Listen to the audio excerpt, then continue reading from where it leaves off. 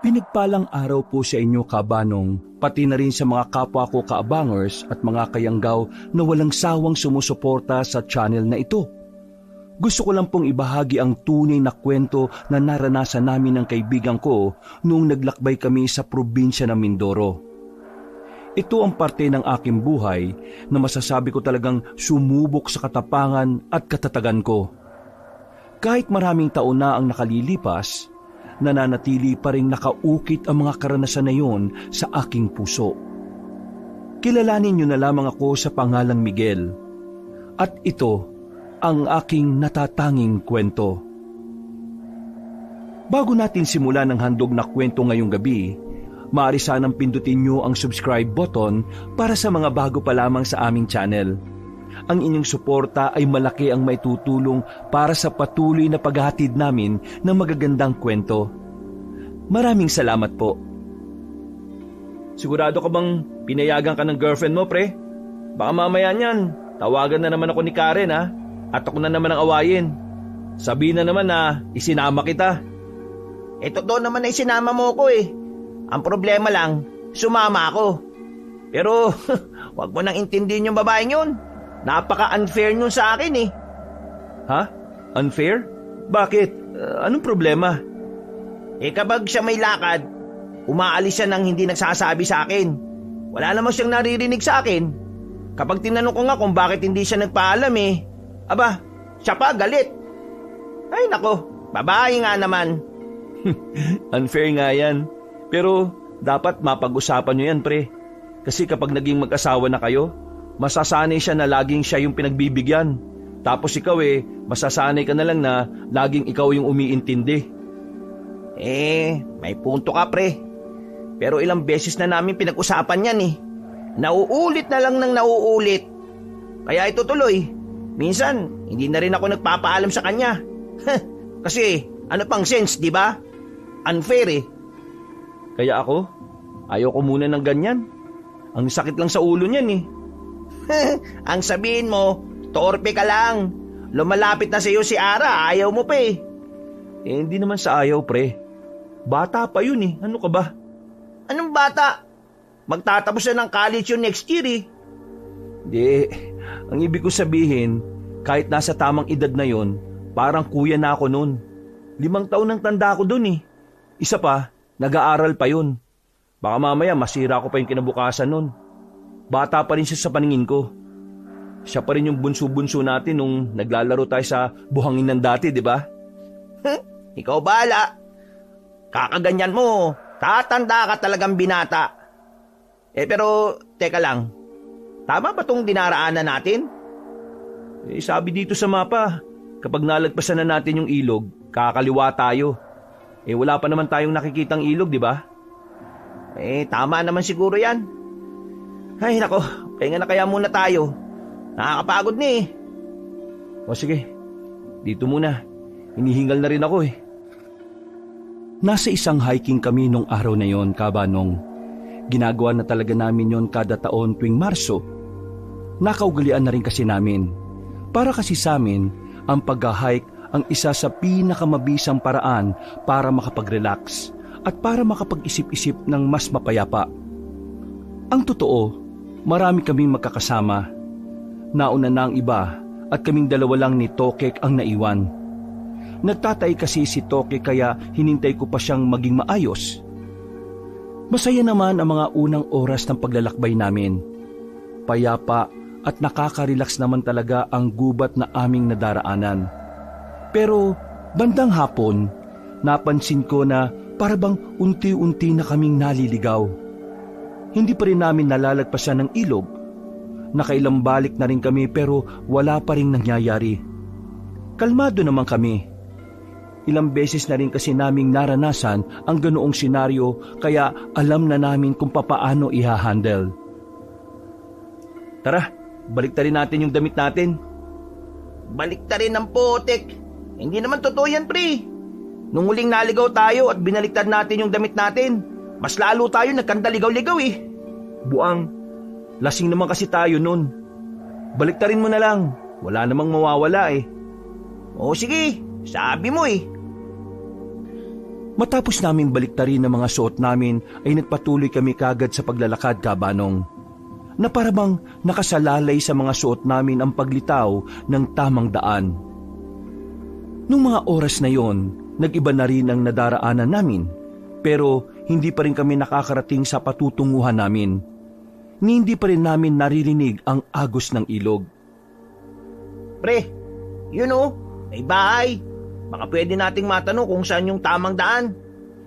Buti naman. Akala ko walang nakatira dito eh. Nagmamadali kaming lumapit doon. Inabutan namin ang matandang babae. Napatingin din siya sa amin nang makita niya kami. Anong kailangan ninyo? Magandang hapon po. Medyo naliligaw po kasi kami. Pwede niyo po bang ituro sa amin kung saan ang tamang daan? Mga hiker kayo, ano? Opo ganun na nga po. Alam ko na yan. Sa totoo lang, hindi lang din naman kayo ang mga namumundok na naliligaw. Marami-rami na rin akong tinanggap dito sa bahay ko para magpahinga. Pero nakaalis din naman sila at nakita ang tamang daan. Alam ko ang daan, pero ngayon, mas mainam na palipasin niyo muna ang oras. Po? Bakit po kailangan pang palipasin ng oras? Kailangan na po kasi naming masundan yung mga kasama namin eh. Lahat ng mga napapadpad dito sa akin, umaga na sila umaalis. Alam nyo kasi, dito sa kagubatan na ito, kapag ganitong oras, nagsisimula ng gumala ang mga mababangis na baboy ramo sa daan. Mga bandang 4:00 sila ng madaling araw nawawala. Delikado kasi kung hahayaan ko kayo maglakad dyan 5:00 na. Malapit nang sumapit ang gabi. Manang, di po ba ang mga baboy ramo hindi naman umaatake kapag hindi sila nakakaramdam ng panganib? Alam ko, pero hindi naman katulad ng ibang baboy ramo ang sinasabi ko. Mas mababangis pa sila. Maniwala kayo sa hindi. Meron na ngang namatay na tao dito dahil sa mga baboy ramo na yan. Ibig pong sabihin, nangangain talaga ang mga baboy ramo ng tao? Oo, para silang mga leon. Pero nabawasan na ang mga baboy ramo dito. Kasi may mga ngaso rin naman sa gubat. Yun nga lang, minsan natatakot din sila kasi may oras na maraming baboy ramo ang humahabol sa kanila. Kaya kung ako sa inyo, dumito na muna kayo hanggat maaga. Mas mainam na rin kesa naman mapahamak kayo. Mas lalo niyong hindi makikita ang mga kasama ninyo. Pre, kailangan natin makarating sa mga kasama natin dahil inihintay din nila tayo eh.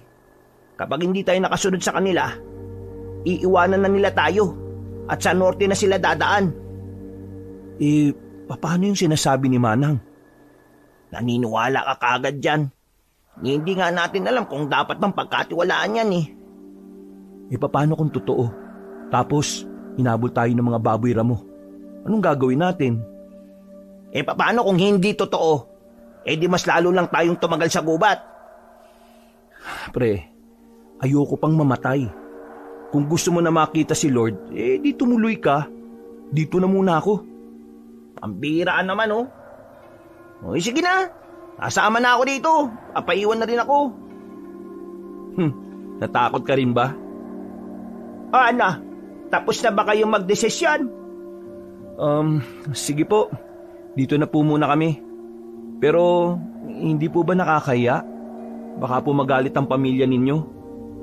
Wala ang pamilya ko. Yung asawa ko'y nagtatrabaho sa bayan. Sa linggo pa ang uwi niya. Ang mga anak ko naman ay may kanya-kanya ng pamilya ngayon. Buti naman po't kinakaya niyong mag-isa rito. Matagal naman na ganito ang buhay ko. Kaya sanay na sanay naman akong walang kasama. Pero siyempre, iba pa rin talaga kapag meron kang nakakausap. Hindi napapanis ang laway mo. O sige na, pumasok na muna kayo. Malamig ang klima nung mga sandaling yon, Kabanong. Mabuti na lang, binigyan kami ni Aling Mirna ng makapal na jacket. Sa obserbasyon ko noon, wala naman akong nakita o naramdaman na kahina-hinala sa matanda. Mukha naman siyang mabuting tao. Maayos din naman ang lugar niya. Kahit maliit ang bahay at bakuran, malinis at talaga namang maaliwalas. Kung nagawa ko kagad maging komportable sa lugar na yon nang walang kahirap-hirap, iba naman si Tokek. Hindi siya mapakali. Tingin siya ng tingin sa paligid. Mababasa sa mga mata niya na talagang hindi niya gustong naroon. Habang naghahanda ng maiinom si Aling Mirna, kinausap ko ang kaibigan ko. Pre, sinabi ko naman sa iyo na hindi mo naman ako kailangang samahan dito eh. Lalo na kung hindi ka komportable. Mas magiging hindi ako komportable kung iiwan kita mag-isa rito. Sus, takot ka lang lumakad mag-isa dahil dun sa mga baboy ramo. Hindi naman ako naniniwala dun, pre. Ano ka ba? O basta, mas mainam ng ligtas tayo. Wala namang masama kung maniniwala, di ba? Malay mo, yung matanda talaga ang nagligtas ng buhay natin. Miguel, Tokek, tama? Yun ang pangalan ninyo? Ay, pasensya na at makakalimutin talaga ako eh. Eto, inumin nyo. Pampainit yan. Mamaya kakain na rin naman tayo ng hapunan. Hintayin ko lang matapos ang nilalaga ko. Kaya, dyan lang kayo. Uminom lang kayo. Sa bakuran lang ako. Sige po. Maraming salamat po, Aling Mirna. Pre, naalala mo si Amante? Amante? Oo. Paano ko makakalimutan yun? Nung high school tayong tatlo yung solid na tropahan. Wala. Naalala ko lang. Sabi niya kasi dati, biyasa siya sa paghuli ng baboy ramo. Kung kasama siguro natin siya, no? Walang magiging problema kahit totoo yung sinasabi ni Aling Mirna. Bigla naman kasing hindi na nagparamdam nung makagraduate na tayo eh. Hindi nga natin alam kung nakapag-college ba yung mokong na yun eh. Di ba, taga rito ni sa Mindoro yun? Ang laki ng Mindoro, pre. Paano naman natin mahahanap yun? Mali mo lang, di ba? Napapailing na lamang si Tokek. Alam niya kasing malabong makita pa namin si Amante. Kasi kung may balak siyang magpakita sa amin, matagal na sana niyang ginawa. Mabuting tao si Amante. Nung nag-aaral kami, madalas na palagi namin siyang dinadamay sa mga kalokohan namin. Si Amante ang tipo ng estudyante na aral at bahay lang ang pinupuntahan. Gumagala lang siya kapag kami ang kasama. Tahimik lang din siyang tao. Sa sobrang tahimik, nagsasalita lang kapag tinatawag ng teacher namin. Kahit na ganoon, naging kaibigan namin siya sa maraming dahilan. Isa na nga rito ay ang pagiging maalalahanin niya sa amin. Palagi niya kaming inaalala sa lahat ng bagay at sa lahat ng oras. Ang kaso nga lang, mula nang makapagtapos kami ng high school, umuwi siya ng Mindoro. At kahit na kailan, wala na kaming narinig mula sa kanya. Hinanap na rin namin siya sa internet, pero walang kahit na ano kaming nakita na maaaring magturo kung nasaan siya. Pre, parang ano? Parang ano? Parang nakakaramdam ako ng pagkahilo eh. Ha? Ayos ka lang ba? Ewan ko. Para akong nahihilo na. Inaantok. Aling Mirna? Bakit? Anong nangyari? Ito po kasing kaibigan ko. Bigla na lang naging ganyan. Parang inaantok daw. Pre, hindi ko na kaya. Inaantok na ako.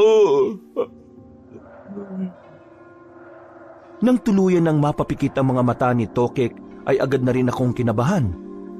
Ilang ulit ko siyang ginising, pero kahit na anong alok ko sa kanya, ay hindi na dumidilat ang mga mata niya.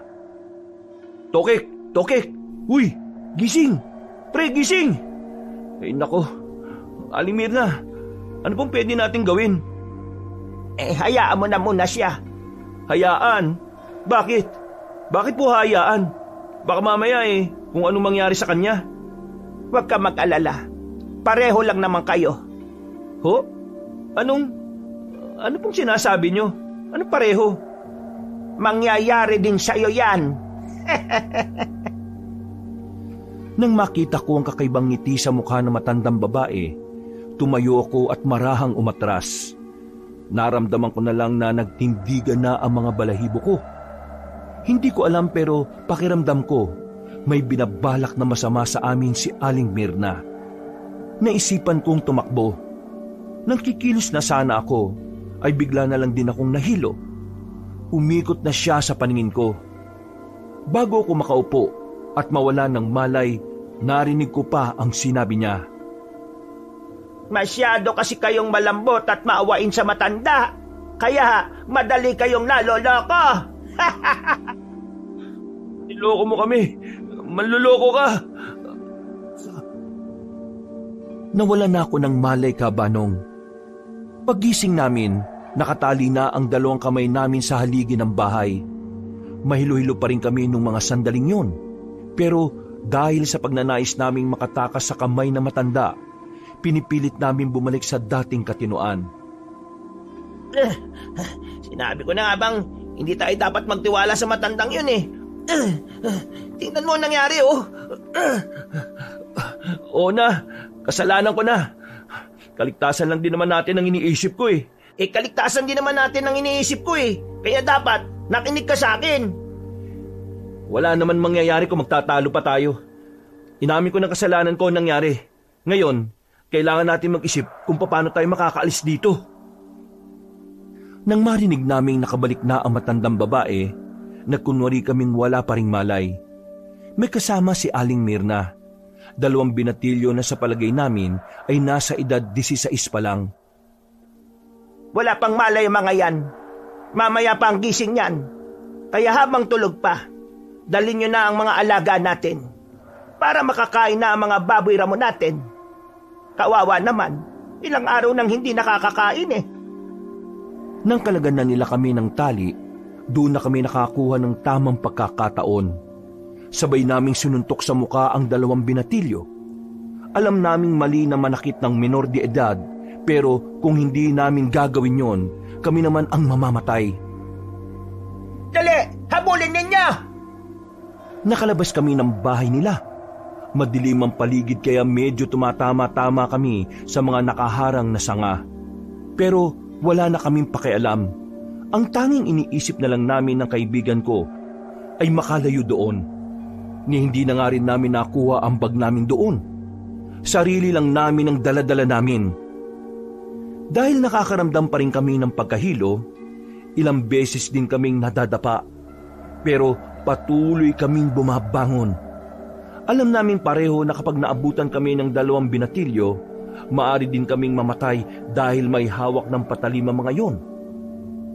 Makalipas ang halos 5 minuto, nakaramdam na rin kami ng pagod. Meron kaming napuntahang parang bakanting lote na sa gitna pa rin ng kagubatan.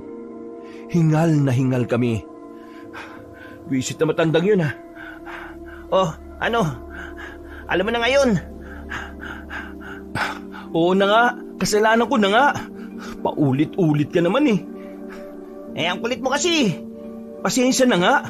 Oh, huwag kang iiyak. Ligtas naman na tayo eh. Isipin na lang natin kung saan natin mahahanap ang daan para marating na rin natin yung mga kasama natin. Pre, naririnig mo ba yung naririnig ko? Ha? Ang alin? Ayan oh. Teka, dinosaur ba yan? Buang, mga tunog ng baboy ramo yan. Natataranta kaming 2 nang mapagtanto naming meron ng baboy ramo sa paligid. Dinampot namin ang sanga na nasa gilid namin. Maya-maya pa, nakita na lang namin na nasa harapan na ng aming pinagtataguan ng mga yon. Hindi sila basta-basta. Baboy ramo sila, ngunit malaki. Parang inahing baboy pero kulay itim. At sa unang tingin at dinig pa lang namin, alam naming nananakit talaga ng tao yon. Pre, kapag sinabi kong takbo ah, doon tayo dadaan. Hintayin na lang natin kaya sila na makalagpas. Ang tagal eh. Kanina pa tayo dito. Baka mamaya makita na nila tayo. Napatigil ako sa pagsasalita nang mapansing nasa likuran na ni Tokek ang isang baboy ramo. Pre! Oh, Pre! bakit nga? Sa likuran mo! Ha? Takbo! Inatake kami ng baboy ramo pero buti na lang ay nakaiwas kagad kami. Tumama ang baboy ramo sa puno. Sinamantala naman namin yon para agad na makatakbo. Sinundan kami ng mga baboy ramo na hindi na namin mabilang. Ang dami nila, Kabanong. Nag-uunahan sila sa amin. Sa mga naririnig naming nilalabas nilang tunog, parang takam na sila. Alaga yan ng matandang si Raulo. O di ba? Tama rin ako na nanatili tayo ron. At least, tumagal ang buhay natin. Mamaya ka na magsalita. Bilisan mo na lang. Ang bagal mo tumakbo. Tila walang kapaguran ng mga baboy ramo sa kakahabol sa amin, Kabanong. Habang kami, laylay na ang dila namin. Unti-unti na rin bumabagal ang takbo namin dahil malayo-layo na rin ang tinahak namin. Hanggang sa tuluyan na nga kaming nadapa. Napaupo na lang kami sa lupa. Pumalibot ang mga baboy ramo. Nag-away pa ang iba sa kanila at parang nagtatalo kung sino ang unang lalapa sa amin. Noong mga sandaling yon, Kabanong, tinanggap ko na lang talaga na yun na ang katapusan namin. Pero nagkamali ako. Natataranta ang mga yon nang biglang merong dumating. Isang lalaki na nakatakip ang muka ng telang itim. Pinagtatataga niya ng hawak na itak ang mga baboy ramo. Tinamaan naman ang mga yun pero mabilis ding nakatakbo paalis. Natulala na lang kami sa nangyari. Ang akala kasi namin ay makikita na namin ang tarangkahan ng langit. Hindi pa rin kami nakatayo. Kahit nawala na ang mga baboy ramo, nakatingin lang kami sa lalaki. Maya-maya lang lumapit siya sa amin. Niligtas mo kami. Maraming salamat ah. Kung hindi ka dumating, baka pinaglalalapan na kami ng mga hayop na yun eh. Ang galing ng ginawa mo. Hindi ka ba natatakot sa mga yun? Parang sanay na sanay ka na eh. Nasabi ko na sa inyo noon, matagal ko na itong ginagawa. Nang marinig namin ang tinig na yon, nakatinginan kami ni Tokek. Kilala namin ang boses na yon at hindi kami maaaring magkamali. Tumayo kami. Tiningnan namin ng maigi ang kalahati ng mukha niya. Pero dahil liwanag lang ng buwan ang meron sa paligid, hindi namin siya mamukaan. Amante, ikaw ba yan? Sumama kayo sa akin kung gusto niyo pang mabuhay. Teka, sandali lang. Ikaw na ba talaga yan? Oo, ako na nga to. Sa sobrang tuwa namin ni Tokek, parang nakalimutan na namin ang mga nangyari. Agad namin siyang niyakap ng maigpit. Hindi namin inakala na sa ganong lugar at sa ganoong paraan namin siya makikitang muli. Diyos ko, dito ka lang pala namin matatagpuan. Ang tagal namin hinintay na mangyari to. Ano bang nangyari sa'yo, pre? Bigla ka na lang nawala nun pagkatapos natin ng high school. Hindi itong tamang oras para magkwentuhan. Kung gusto niyo masagot ko mga tanong ninyo, sumama na lang muna kayo sa bahay. Dinala kami ni Amante sa bahay nila. Meron silang maliit na komunidad doon. Tahimik na ang buong lugar nang dumating kami, kaya hindi kami nakapag-ingay ni Tokek. Sobrang saya kasi namin noon. Sa wakas, natagpuan namin ng isang kaibigan na matagal na naming hindi nakikita. Simentado na ang bahay ni Amante, pero wala pang finishing ang labas. Meron naman siyang malawak na bakuran. Kaso, puro tambak naman ng kung ano-ano. So bakit bigla ka na lang nawala nun after graduation? Ikwento mo naman sa amin kung ano nangyari sa buhay mo. Oo nga, ang tagal naming iniisip yan eh. 1 linggo matapos tayo makapagtapos, nabalitaan ko na namatay na mga magulang ko dahil sa aksidente. Kaya umuwi ako noon. Gusto ko pa sanang bumalik ng Maynila eh. Pero nung tumagal, napagtanto ko na mas tahimik ang buhay ko rito. Isa pa, dito na rin ako nakahanap ng maayos na trabaho eh. Ay, pasensya na ah. Hindi namin alam na yung palang pinagdaanan mo. Pero sana man lang nasabihan mo kami para nadamayan ka namin. Hindi ko na sinabi sa inyo kasi Ayaw kong mahawaan ko kayo ng kalungkutan eh. Pero sa loob ng maraming taon, hindi ka man lang ba gumawa ng paraan para makausap kami? Naisip ko, pero hindi ko ginawa. Ayoko na kasing guluhin ang buhay ninyo eh. Anong guluhin? Pinagsasabi mo. Hindi ka naman abala sa amin eh. Mas maganda siguro yung tropahan natin kung nagparamdam ka lang nun. Wala naman kasi sa amin problema kung nasa malayo ka eh. Ang mahalaga lang sa amin, alam naming nasa maayos ka lang na kalagayan. Hindi yung ganyan, no? Isip kami ng isip kung nasaan ka. Nag-alala nga kami nun eh, na baka patay ka na. Kasi lahat ng pinagtanungan namin, walang alam kung nasaan ka. Pati nga ex mo eh, si Jamila. Yung mataray na akala mo naman eh napakaganda, pero ang dumi naman ng kuko. Kinausap namin yun, para lang makita ka. Pero wala rin naman kaming napala. Maraming salamat na tinanap niyo ako ah. Pero ayos lang ako. Ano namang ginagawa mo ngayon? Anong trabaho mo? Kayo ang dapat kong tanungin. Anong ginagawa niyo rito sa Mindoro? Anong ginagawa niyo sa gubat? At bakit kayo hinahabol ng mga mababangis na baboy ramo? Ang totoo niyan, yun din ang gusto namin ikwento ngayon. Tokek, sabihin mo nga pre. Ikaw na, nakakatamad dumaldal eh. Sige, ganito yon.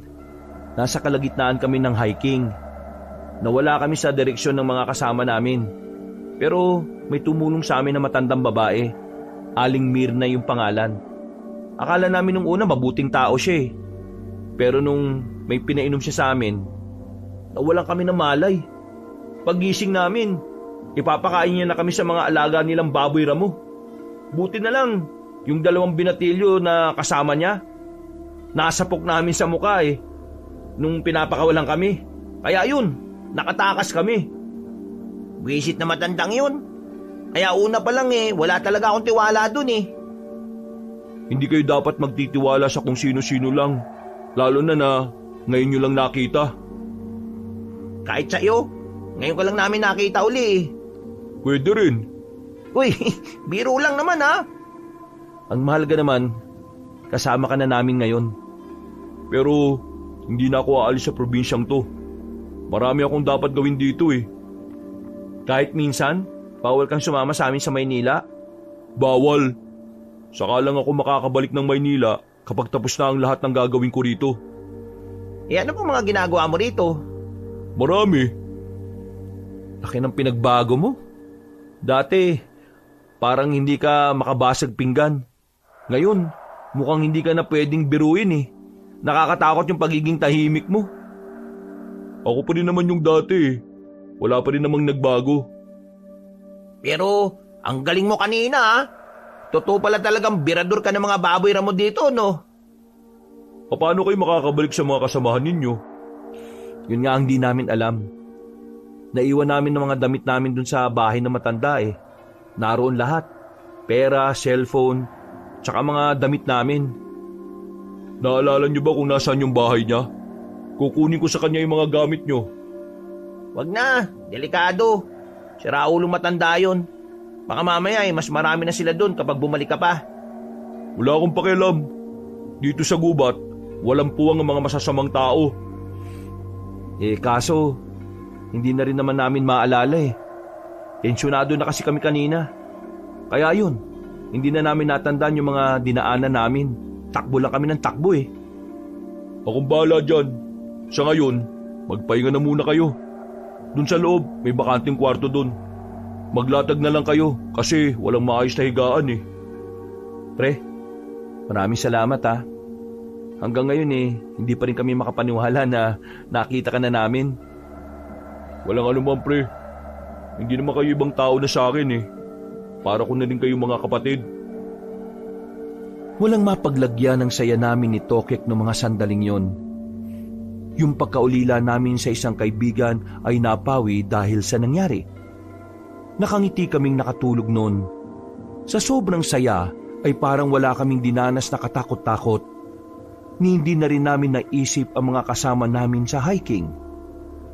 Kinabukasan, dakong 8:00 na kami nagising. Wala na si Amante sa loob ng bahay. wala rin sa bakuran. Pero meron siyang iniwan na pagkain na nakatakip sa ibabaw ng lamesa.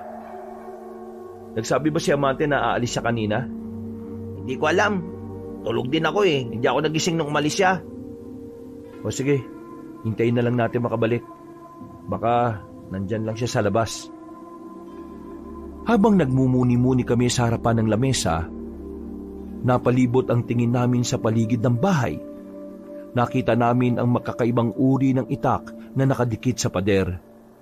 Nung oras na yon, inisip namin na ginagamit lang ni Amante ang mga yon sa pagsasaka. Pero napansin din naman namin ang mga pana na nakadikit sa kabilang pader. Alam mo, palagay ko, mangangasong trabaho ni Amante. Ang sabi niya, maayos na trabaho, di ba? Uy, bakit? Hindi ba maayos na trabaho ang pangangaso? Paano magiging maayos ang trabaho na yun eh? Pwedeng malagay ang buhay mo dahil sa mababangis na hayop sa gubat. Basta, yun ang tingin ko eh. Pangangaso ginagawa niya. Oh, nandiyan ka na pala pre. Saan ka galing? May kinuusap lang ako sa kabilang bahay. Ha? Sumabay ka na sa amin. Pinaganda mo pa kami. Kain ka na rin. Sige. Siya nga pala, mamayang hapon, aalis ako. Hahanapin ko yung sinasabi niyong bahay na matanda. Kukunin ko yung mga gamit niyo para makabalik na rin kayo sa mga kasama ninyo. Bakit parang nagmamadali ka naman pre? Ayaw mo ba kaming nandito? Ayaw mo ba kaming makasama? Hindi naman sa ganun. Pero ayoko lang na magkaroon kayo ng ugnayan sa kung ano man ang mga ginagawa ko sa buhay ko. Ayaw mo naman kasing sabihin sa amin para maintindihan namin eh. Hindi nyo maiintindihan. Para sa mga taong namulat sa buhay ng syudad, hindi nyo ako maiintindihan. Ganun ba yung tingin mo sa amin? Mahina umintindi? Oo. Napatunayan ko yan nung magkakasama pa tayong nag-aaral. Ay, pambira. Hindi man lang nagpreno sa sinasabi niya, oh. Totoo naman kasi talaga. Kaya, dito lang kayo mamayang hapon ha. Ako na bahala. Pagbalik ko rito, dala-dala ko na yung mga gamit nyo. O kung di ko man yun makuha, gagawa ko ng paraan para makaalis kayo rito. Samahan ka na lang kaya namin. Di na, kaya ko na. Sasamahan ka na namin. Medyo naalala ko na kasi yung dinaanan namin eh. Sigurado ka ba? Oo, sigurado ako. Mumuntong hininga na lamang ako, Kabanong. Naisip ko kasi na oras na makuha na namin ang gamit namin ay magkakalayo-layo na ulit ang mga landas namin. Kumain na lang kami ni Tokek. Masarap naman ang puto at kakanin na inihanda sa amin ni Amante. Makalipas ang ilang oras ay sumapit na rin ang hapon. Naganda na kami para sa aming pag-alis. Nakapagpalit na rin kami ng bagong suot na pinahiram lang sa amin ni Amante. Amante, yung mga kalugar mo ba? Ngayon lang nakakita ng gwapo. Yung tingin kasi nila sa amin eh, parang gusto nila kaming halikan eh. Ngayon lang sila nakakita ng mga taga Maynila na napadpad dito. Kadalasan kasi sa mga taga Maynila na napapadpad dito, patay na kapag natatagpuan namin. Ha? Patay na? Bakit? Anong meron? Sabihin na lang natin na may mga masasamang tao naglilibot sa kagubatan. At sa kasamaang palad, yung mga dayo, minsan ang nakakasalubong nila. May rebelde ba rito sa Mindoro? Kahit siya naman meron eh. Kahit nga sa simpleng tahanan, may isang anak na nagre-rebelde. Yung ibig kong sabihin, yung mga taong rebelde na may peng-peng. Yung may mga kargada, may mga baril. Yung mga pinahiram ko sa inyong itap, ginagamit yan para ipagtanggol ang sarili ninyo ha. Pwede natin makasalubong o makita yung mababangis na baboy ramo. Kaya dapat, handa kayo. Nagtataka lang ako eh. Alam ko naman na mabangis sa mga baboy ramo. Pero talaga bang kaya nilang kumain ng mga tao? Hindi naman basta mabangis lang ng mga baboy ramo yun eh. Para silang mga leon na gutom. Kaya kahit na sino, kakainin nila. Maliban na lang yung amo nila ha. Oo nga. Paano kaya napaamo na matandang yun yung mga baboy ramo na yun? Wala akong oras para magpaliwanag. Basta, ihandaan nyo na lang yung mga sarili ninyo para sa mga pangyayaring hindi natin inaasahan. Pinagpatuloy namin ang paglalakad Mga ilang sandali pa, meron na kaming nadaanan na tent. Agad na pumasok sa isip namin ni Tokek na baka mga kasamahan na rin namin ang mga yon. Kaya nagmamadali kaming makalapit doon. Pero pagtingin namin sa loob ng tent, wala namang kaming nakita. Tanging ang mga naiwang gamit lang nila ang naruroon. Bagay na nakapagdulot sa amin ng pag-aalala. Pre, wala na sila Jericho. Oh. Ano kaya nangyari sa kanila? Baka naman umalis lang sandali. Hintayin na lang natin sila makabalik. Eto, tingnan nyo to. Lumapit kami kay Amante. Tiningnan namin kung ano yung tinuturo niya. Nanlaki ang aming mga mata nang makita namin ang putol na braso na nasa lapag. Nakilala namin yung tattoo na nasa braso. Scorpion. Pre, yung tattoo, di ba tattoo ni Gemma yan? Ibig sabihin, kanyang braso yan? Putya, ano ba nangyari sa mga kasama natin?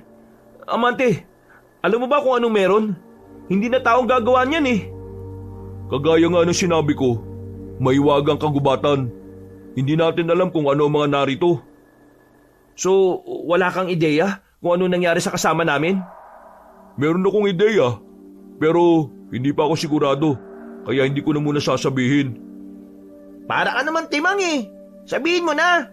Alam ko na, hindi naman kami matalino, pero maiintindihan namin yan. Ano na pre, sabihin mo na. Mga kasama namin yung pinag-uusapan natin dito. Oh. Mga aswang. Mga ano? Aswang? Seryoso ka ba? Base sa reaksyon ninyo, parang hindi rin naman kayo maniniwala eh. Yan ang dahilan kung bakit ayaw ko sanang sabihin sa inyo. O sige. Sabihin na nating aswang.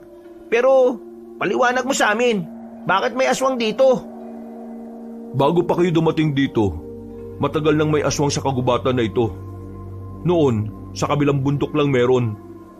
Pero dumami na sila. At ang mas malala pa, hindi alam ng mga tao kung sino sila. May kakayahan kasi silang makapag-anyong normal na tao eh. Kaya mas madali silang nakakapambiktima. Magaling silang manlinlang. So, totoo ang aswang? Maraming beses ko na silang nakita. Kaya totoo sila para sa akin. At para sa mga taong narito sa amin. Kaya naman aswang lang ang nakikita kong salarin na gumawa niyan sa kaibigan nyo. Kaya nga sinasabi ko sa inyo na ako na lang ang kukuha ng gamit ninyo eh. Kasi malakas ang kutob ko na ang mga baboy ramo na humahabol sa inyo ay mga aswang din. Baboy ramo? Aswang? Paano nangyari yun? Eh di ba hayop yung baboy ramo? Kung kaya nilang mag-anyong normal na tao, kaya rin nilang mag-anyong hayop. At isa ang baboy ramo sa ginagaya nila.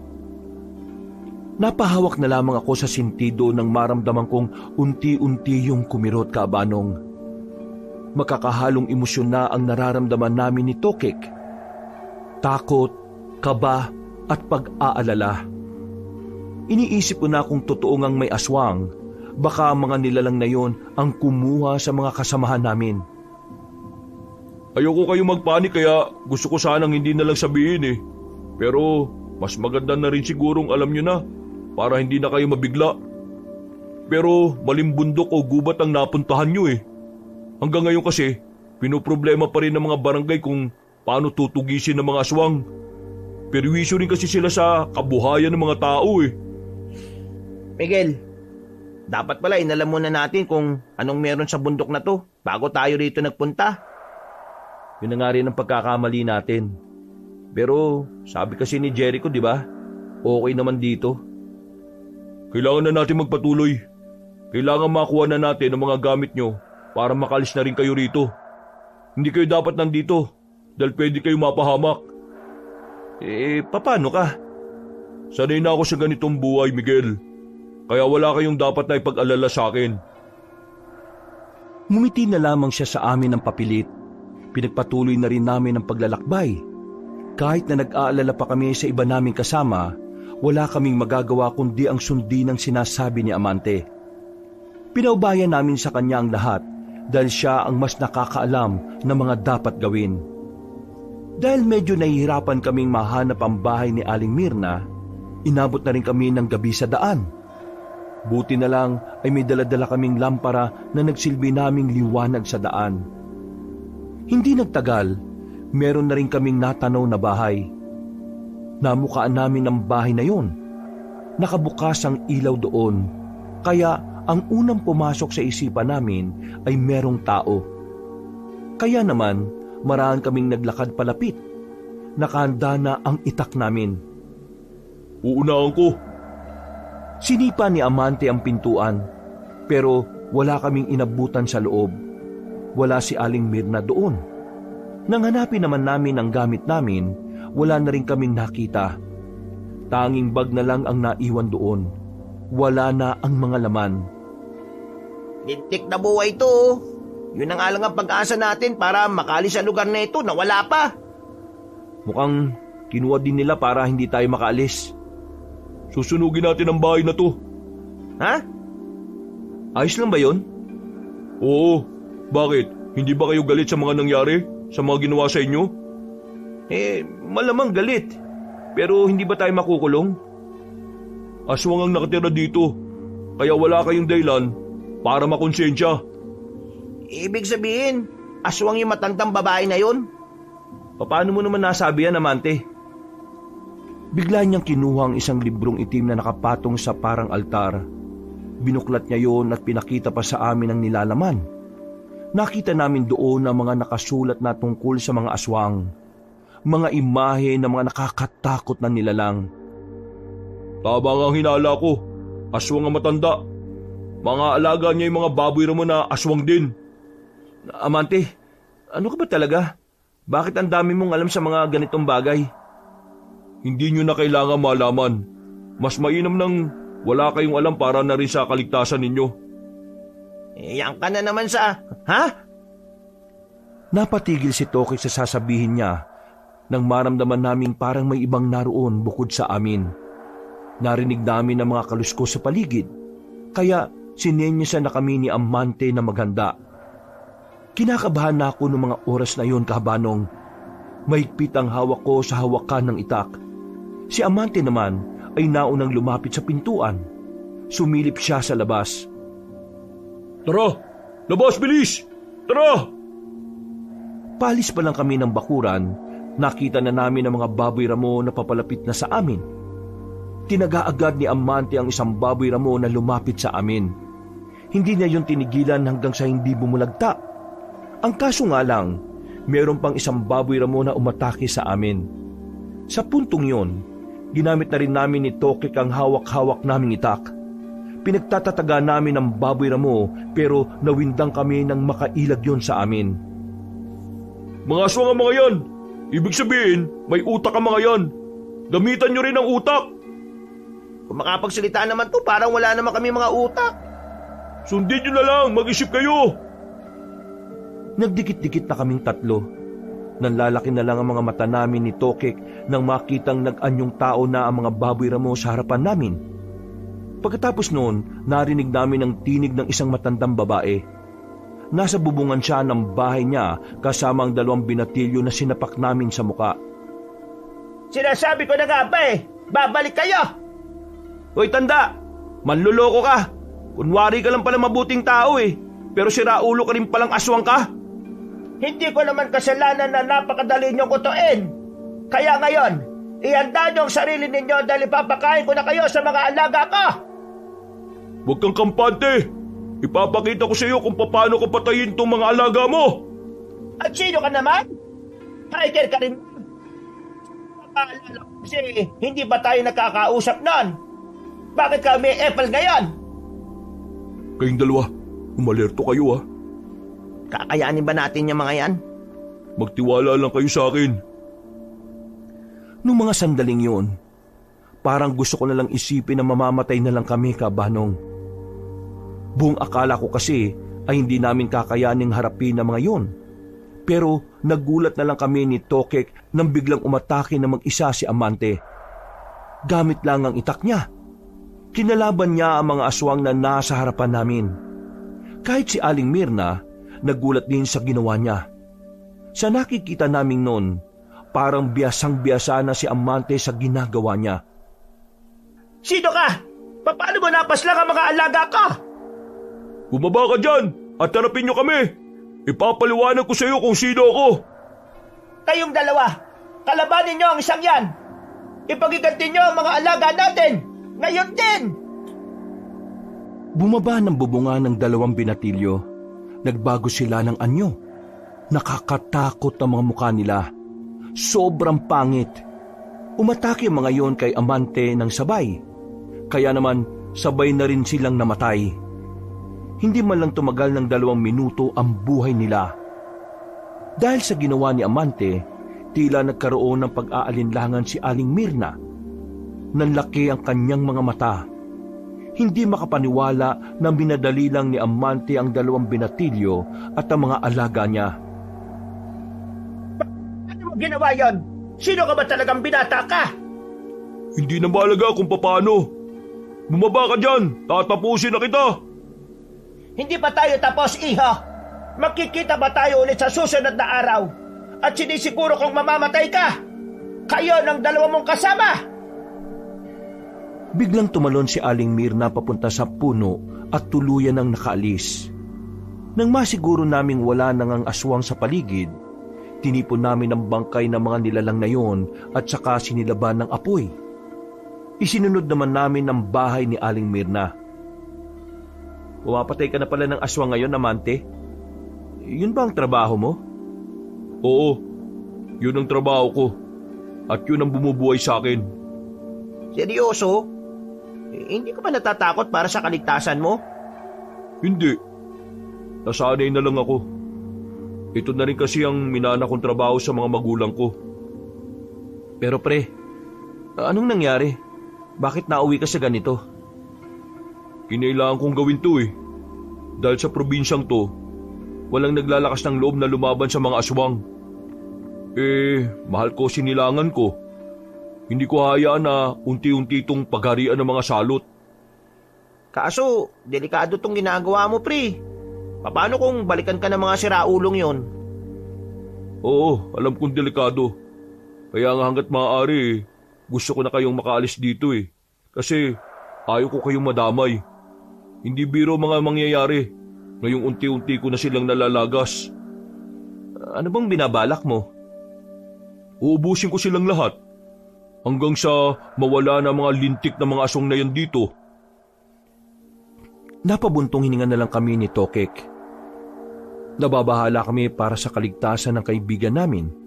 Pero wala namang kaming magagawa nung mga sandaling yon. Kung yun talaga ang gusto niyang mangyari. Nung oras na yon ay hindi na namin nakuha ang mga gamit namin. Kaya ang sinabi sa amin ni Amante, gagawan niya ng paraan para makaalis na kami roon. Bumalik na muna kami sa bahay niya. Nagpahinga na muna kami roon. Tulala lang ako habang nakatambay sa tapat ng bahay. Hindi pa rin nawawala-wala sa isipan ko ang mga nangyari. Maya-maya pa, may matandang lalaki na pumasok sa bakuran. Hindi siya pamilyar sa akin. Nakatingin din siya sa akin na parabang pinag-iisipan niya ako ng masama. Bigla siyang dumampot ng pamalo sa gilid. Maraan siyang lumapit. Naalarma rin ako noon kaya napatayo ako. Sino ka? Bitiwan mo yan! Ikaw ang Sina. Bakit ka narito? Anong ginagawa mo rito? Ikaw ang sumagot sa tanong ko. Ikaw tong biglang pumasok dito nang walang pasabi. Kung hindi ka sasagot, ipapalo ko sa iyo itong hawak ka. Tama na yan! Buti na lang ay dumating na si Amante at Tokek. Galing kasi sila sa labas para humanap na makakain namin. Kung hindi sila dumating, baka tuluyan na akong pinalo ng matandang lalaking yon. Amante, sinong lalaking to? Papaluin ko na sana ng hawak ko nitong kahoy eh. Pre, sino ba yung matandang yan? Bigla-bigla na lang napasok dito. Si Mang Rodante yan. Kasama ko nun sa pagtugis ng mga aswang. Akala ko kung sinong kalaban eh. Hindi ko alam na may mga kasama ka na pala rito sa bahay, Amante. Ngayon lang o. Kailangan lang nila na matutuluyan. Munti ka na silang mabiktima ng mga aswang sa gubat habang nag-hike sila eh. Nakadaupang palad nila yung mga aswang? Oo, mabuti na nga lang at nakita ko sila. May mga alam din po ba kayo sa mga aswang? Abay, oo naman. Baka hindi nyo na itatanong ako ang nagturo dyan sa taong yan. Lahat ng nalalaman niya, galing sa nalalaman ko. Si Mang Rodante ang isa sa mga naging guru ko nung nagsisimula pa lang akong aralin ang pagtugi sa mga aswang. Pasensya na po talaga. Akala ko kasi kanina kalaban kayo eh. Amante, kailan naalis tong mga ito? Alam mo naman na hindi sila pwedeng manatili rito. Pinaghahandaan natin ang paparating na gulo. May paparating na gulo rito? Oo, nakatanggap kasi kami ng impormasyon na yung mga aswang magsasagawa sila ng pag-atake sa mga baryo. Pero Amante, paano yung mga kasamahan namin? Hindi pa namin sila nakikita. May mga kasama pa kayo? Saan sila napunta? Nagkahiwa-hiwalay kasi kami. Nauna sila. Nagkataon pa na may matandang babae na bumihag sa amin. Nakalaunan, nalaman namin na aswang pala. Tapos ayun, hindi na namin nalaman kung nasaan na yung mga kasama namin. Nakita na lang namin yung tent na wala na ring laman. Tapos, yung braso ng kasama naming babae, nandun. Mukhang gumagawa na sila ng hakbang para ipahatid ang mensahe nila. Matagal na bang magkaaway ang aswang at ang samahan ninyo? Hindi lang basta matagal. Sobrang tagal na. Wala pa tayo sa mundo. Tinutugis na ng mga albularyo mga nilalang na gaya nila. Ibig sabihin, hindi pala ligtas sa mga hiker na kagaya namin dito sa inyo? Sa parting ito ng Mindoro, oo. Hindi. Nagkamali lang kayo ng pinuntahan eh. Amante, patutulungan mo ba kaming mahanap yung mga kasama namin? Sa ngayon, hindi ko alam kung paano sila hahanapin.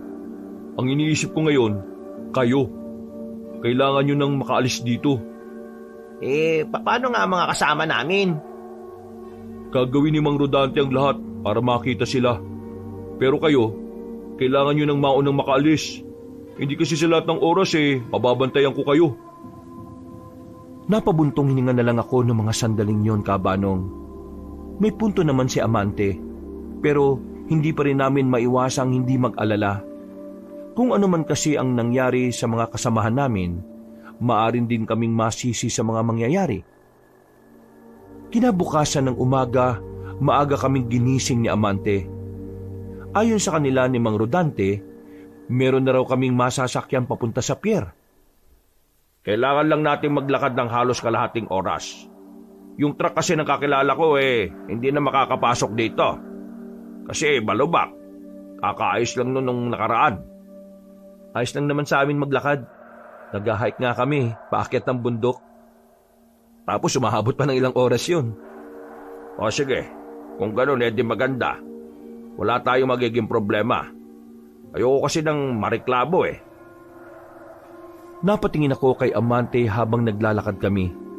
Napansin ko kasi na kanina pa siya tahimik. Kinalabit ko siya at doon pa lang siya parang natauhan. Uy pre, may problema ka ba? Wala naman. Inaantok lang ako. Hindi kasi ako nakatulog na maayos kagabi. Pasensya ka na Naabala ka pa namin. Ay, wala naman yun. Kaibigan ko naman kayo Hindi ko din naman hahayaan na mapahama kayo. Matagal tayong hindi nagkasama. Isipin nyo na lang na bumabawi ako sa inyo. Kung sa bagay, tama ka naman. Pero pre, kailan ka ba namin ulit makikita? Hindi ko rin alam Kapag natapos na yung problemang ito, pupunta na rin naman ako ng Maynila pagkatapos nito. Sabi mo yan Makalipas ang ilang minuto, narating na rin ang bahay ng sinasabing kakilala ni Mang Rodante. Natanaw namin agad sa bakuran ng isang truck na nakaparada doon. Noong mga sandaling yon, ay kaligayahan na ang nararamdaman namin ni Tokek. Dahil sa wakas, makakaalis na rin kami sa mapanganib na lugar na yon. Ang kaso, paglapit namin, naabutan namin ng mga asawa ng may-ari ng truck. Umiiyak siya, kasama nito ang 2 anak. Nang tanungin namin kung bakit, sinabi ng babae ng asawa niya daw ay tinamaan ng ligaw na bala. Nagkaroon daw kasi ng barilan ng mga rebelde sa isang pamilihan. Noong mga sandaling yon, hindi ko alam kung maiinis ba ako dahil hindi na kami makakaalis kaagad, o maaawa dahil nawala ng padre di pamilya ang pamilyang yun. Nalulungkot ko nangyari kay Martin. Nakikiramay kami. Halos tumagal kami ng 1 oras para damayan ng pamilyang yon. Nang maging kalmado na rin ang mga yon, ay nagpaalam na rin kami sa kanila. Wala kaming napala. Yun na lang sana ang pag-asa namin para madaling makaalis. Wala pa namang sasakyan sa baryo nila Amante. Mahirapang makakuha o kahit makaarkilaman lang. Pasensya na ha. Ginawa ko na makakaya ko. Ang kaso, bigla namang nagkaroon ng hindi inaasahan. Ay nako, awawa naman si Martin. Napakabait pa naman ng taong yon. Buhay talaga Hindi mo alam kung kailan matatapos no? Meron pa akong isang alam na paraan, pero mahaba-haba ang lalakarin natin. Ano? Sabihin mo. Baka naman kayanin naman namin. Kailangan natin pumunta sa Magano Beach. Mula sa amin, maglalakad lang tayo halos 3 oras. Doon, may masasakyan kayong bangka. Pwede niyong sabihin na ihatid kayo sa pinakamalapit na pier. May pera ako. Bayaran niyo na lang sa susunod. Amante, hindi ba't pinasasara na ang beach na yon dahil lang daming namatay sa laot nitong nakaraang buwan?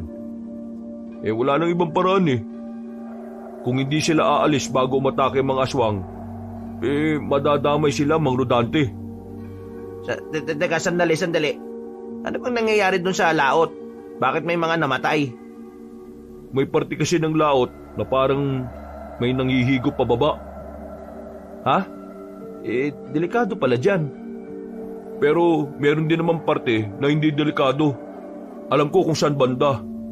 Tuturuan ko lang yung bangkero kung saan kayo dapat dumaan. Mukhang peligroso yan, pre, Baka naman hindi na kami mamatay sa aswang. Mamatay naman kami sa tubig. Malunod kami. Gusto niyo ba talagang makalis dito o hindi? Siyempre naman, gusto namin. Kung ganun, kailangan niyo magtiwala sa akin. Ito na lang ang natitirang paraan. Hindi kayo pwedeng magpaabot dito sa pagsalakay ng mga aswang dahil mapapahama kayo.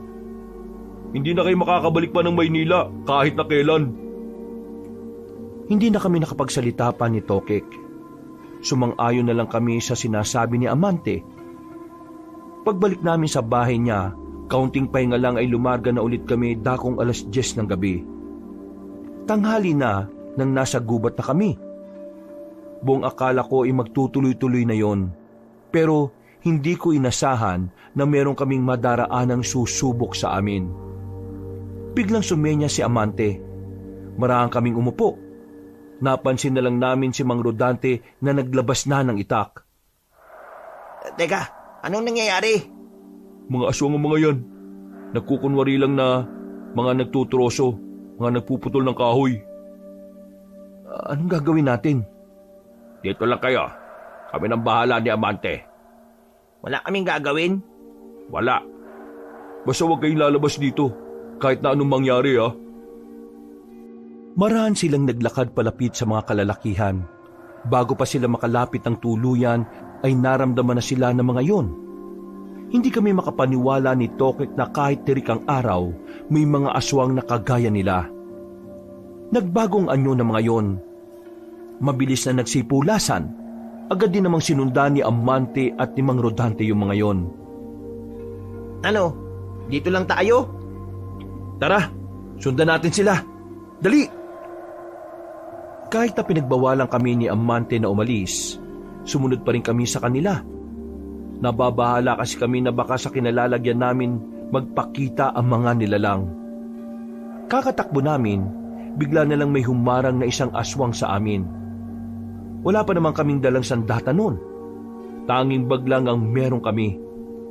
Hindi namin alam kung anong gagawin namin noong mga oras na yon, Kabanong. Ang tanging nakuha lang namin noon sa gilid ay ang malaking bato. Pero hindi nagpakita ng takot ang aswang na nasa harapan namin. Habang kami naman ni Tokek, nanginginig na kami sa takot. Huminga ako ng malalim. Sinubukan kong ibato sa kanya ang hawak-hawak ko. Pero sa kasamaang palad, hindi naman tinamaan. Ang tanga mo naman! Hindi mo dapat binato! Tingnan mo oh! Anong gagamitin natin ngayon? Wala tayong panlaban dyan! Eh di ka suntukan kung suntukan! Suntukan? Anong tingin mo sa mga aswang na yan? Tambay? Adik? Basagulero? Pumapatay ang mga yan, pre! Kumakain ng tao! Oo, alam ko. Pwede bang huwag ka na muna maingay dyan? Magsasalita pa sana si Tokek nang biglang tumalon papunta sa amin ng aswang.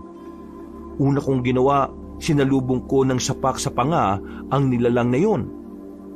Nang tamaan siya, kitang-kita ko na parang nakaramdam siya ng pagkahilo. Sinamantala ko na ang pagkakataon.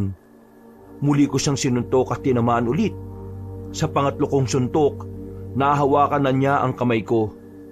Galit na siya sa akin.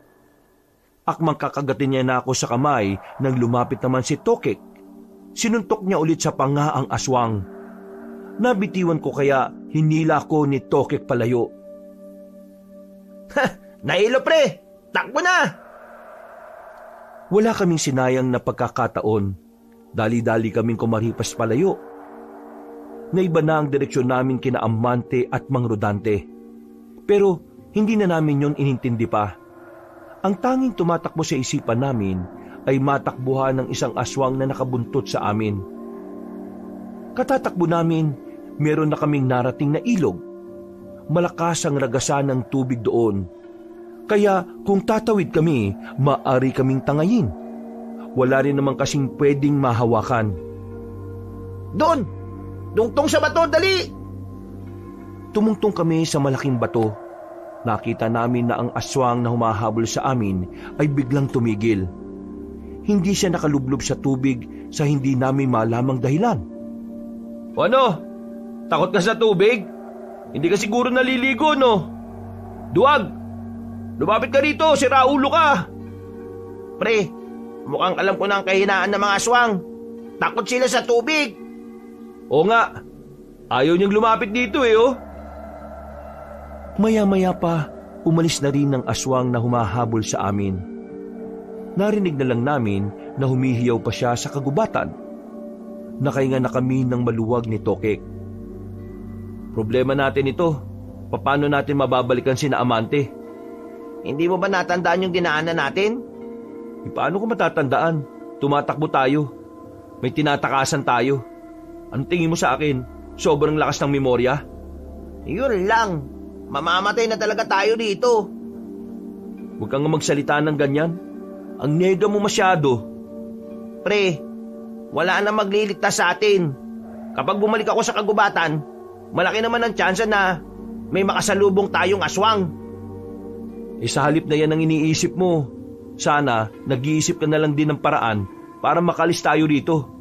Yung ginagawa mo hindi yan nakakatulong Nang masiguro naming wala ng aswang na humahabol sa amin, bumaba na rin kami sa malaking bato. Dumapot kami ulit ng pwede naming ipamalo o ihampas. Pumasok kami ulit ng kagubatan kahit na alam naming mas delikado roon. Maraan kaming naglakad palingon-lingon sa paligid. Nang wala naman kaming makitang banta, nilakihan namin ang mga hakbang namin. Ang kaso nga lang, hindi na talaga namin mahanap ang una naming dinaanan. Kaya naman, tumaas na naman ang level ng kaba namin. Natataranta na kami. Kahit na anong gawin kong pagiging positibo, hindi pa rin nawawala ang pagkabahala ko. Tumigil na muna kami sa ilalim ng puno. Nagpahinga kami sandali para makapag-isip ng maayos. Kailangan natin kumalma, Parikoy. Kalma. Kapag hindi tayo naging kalmado, wala tayong maiisip na magandang paraan para makaalis dito. Oo, sinusubukan kong kumalma. Sinusubukan ko. Muli kong nilibot ang tingin ko sa paligid. Meron akong nakitang daan sa bandang kaliwa. Doon kami dumaan. Nang tumbukin namin yon, nakita na lang namin ang kabahayan. Sa unang tingin, iisipin mo talagang pangkaraniwang komunidad lang yon. Pero nang makita namin kung ano yung mga bitbit ng mga lalaki, doon na namin nasabi na mga aswang ang mga nakatira doon. Kailangan natin masabi to kay Amante at kay Mang Dudante. Kung ganon, umalis na tayo dito. Palis na sana kami nang biglang may makasalubong kaming dalawang aswang. Nagkatinginan pa ang mga yun, pero wala kaming sinayang na pagkakataon. Sabay naming sinapak ang dalawa. Sa lakas ng sapak namin sa panga, tumba agad ang mga yun. Ang problema nga lang, umangil ng malakas ang dalawang yon. Dahilan para maalarma ang mga ito at ang iba pang mga aswang. Bilis! Bilis, pre! Hahabulin na nila tayo! Bilisan mo! Wisit ka! Ikaw magmadali! Ang bagal mo kaya! Tuloy, ang bagal ko din! Oh, ikaw na mauna! Paglingon ko sa likuran namin, nagtipon-tipon na ang mga aswang sa bungad ng lugar nila. Habang hindi pa sila sumusunod sa amin, ay mas binilisan pa namin ang takbo. Hingal na hingal kami pero hindi kami tumigil. Makalipas lang ang halos 5 minuto, nakalayo na rin kami sa kanila. Hindi na namin alam kung nasa ang lugar na kami. Basta sa kinalalagyan namin noon ay mas marami ng tanim ng saging. Visit talaga. Wala katapos at takbo. Yun na lang laging ginagawa natin Sumasakit na binti ko Wala naman tayong magagawa Kailangan natin tumakbo. Hindi natin kakayanin ng mga yun. Ang dami nila Kung suntukan lang tapos isa-isa, baka pwede pa. O ito, saging. Tara, kain muna tayo. Nagugutom na rin ako Naku, mas lalo ka mauuhaw niyan. Saan na kaya yung tamang daan? Ayoko na magturo. Napapahamak lang tayo O dito, baka pwede na dito. Baka dito na yung dinaanan natin kanina. Matapos kami makapagpahinga, naglakad na kami patungo sa direksyong sinasabi ni Tokek. Noong mga sandaling yung kabanong, kampante na kaming wala na kaming makakaengkwentrong aswang. Malayo-layo na rin kasi kami sa mga tinakasan namin. Nang lumiko kami sa isang iskinita na may mataas na halaman, isang matandang lalaki naman ang humarang sa amin. Maayos naman ang suot niya, mukhang pangmayaman. Nakatoksido at yung sombrero niya ay bilog. Nakangiti siya sa amin na hindi ko naman alam kung bakit. Sino kayo? Bakit ganyan kayo makangiti? Pre, masamang kutob ko rito Huwag kayo mag-alala. Hindi naman ako masamang tao Sino ka nga? Bakit bigla ka nalang lumabas dyan? Sabihin na lang natin na ang kagubatan na ito palaruan ko. Ha? Naglalaro ka pa sa tanda mong yan?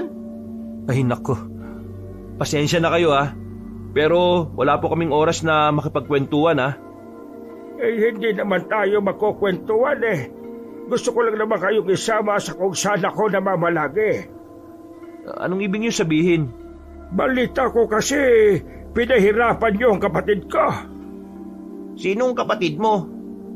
Pinaslang niyo raw ang 2 alalay niya at pati na rin ang mga alaga niyang baboy raba.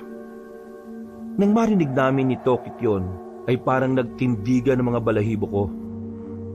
Nakuha na namin kung ano ang gusto niyang sabihin. Tumingin-tingin kami sa paligid. Mga ilang sandali lang, nagkaroon na rin siya ng mga kasama na pumalibot sa amin. Sino kayo? Anong kailangan niyo sa amin? Isa sa mga ayaw ko ay ang mga taong makukulit. Kaya titingnan natin ang kulit nyo ngayon. Nagtatawanan pa sila habang nakapalibot sa amin. Noong mga sandaling yon, kabanong, parang nawawala na kami ng pag-asang mabuhay pa. Sinubukan naman naming tumakbo ulit, pero hinaharang lang nila kami. Nagmamakaawa na rin kami sa kanila pero wala silang mga puso. Tinatawanan lang nila kami. Parang may kakaibang kaligayahan sa kanila ang ideyang yun na ang huling sandali namin. Sumama na lang kayo ng mapayapa kung ayaw niyong dito kayo mismo mamatay. Saan niyo naman po kami dadalhin? Saan pa? Eh di sa lugar na inyong huling hantungan. Ano pang pagkakaiba? Mamamatay na lang din kami, di dito nyo na lang gawin. Kalma ka lang, iho. Masyado kang mainit. May gagawin kami sa inyo kaya gusto namin doon sa amin. Malay nyo, gusto ko pala kayong maging sisig o bopis. Sige na, dalhin nyo na ang dalawang yan, mga bata. Hinawakan na kami ng dalawang aswang. Maigpit ang pagkakasukbit ng braso nila sa braso namin ni Tokek. Kaya kahit tangkain naming magpumiglas, wala rin namang mangyayari.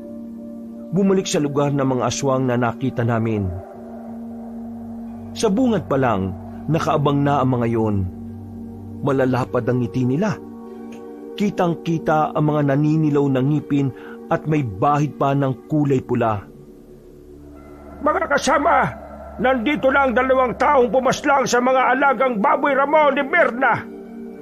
Hindi kami pumaslang sa kanila. Buwang ka ba? May tumulong lang sa amin. Nasaan ang taong tumulong sa inyo? Napalingon kami sa bandang gilid nang marinig namin ang tinig ni Aling Mirna. Nakangiti siya sa amin ng nakakaloko. Kaya nga kami napadpad dito kasi nawala rin sila sa paningin namin. Naglalakad kami sa gubat nang biglang may nakita kami mga kauri ninyo. Kinalaban nila. Doon na kami nagkahiwa-hiwalay. Tingin nyo, maniniwala pa ako sa inyo? Nagtanong-tanong ka, di ba? Tapos ayaw mong maniwala. Palibasa, gawain mo manloko. Niloko mo kami na mabuting tao ka Isa ka palang aswang. Kapatid, ipaubaya mo na sa akin ang dalawang ito. Bakit, kapatid? Ano bang gusto mong gawin sa kanila? Meron pa akong isang natitirang baboy ramo. Ipapakain ko sa kanya ang dalawang tao na ito. Sige, kapatid. Ikaw na ang bahala sa kanila.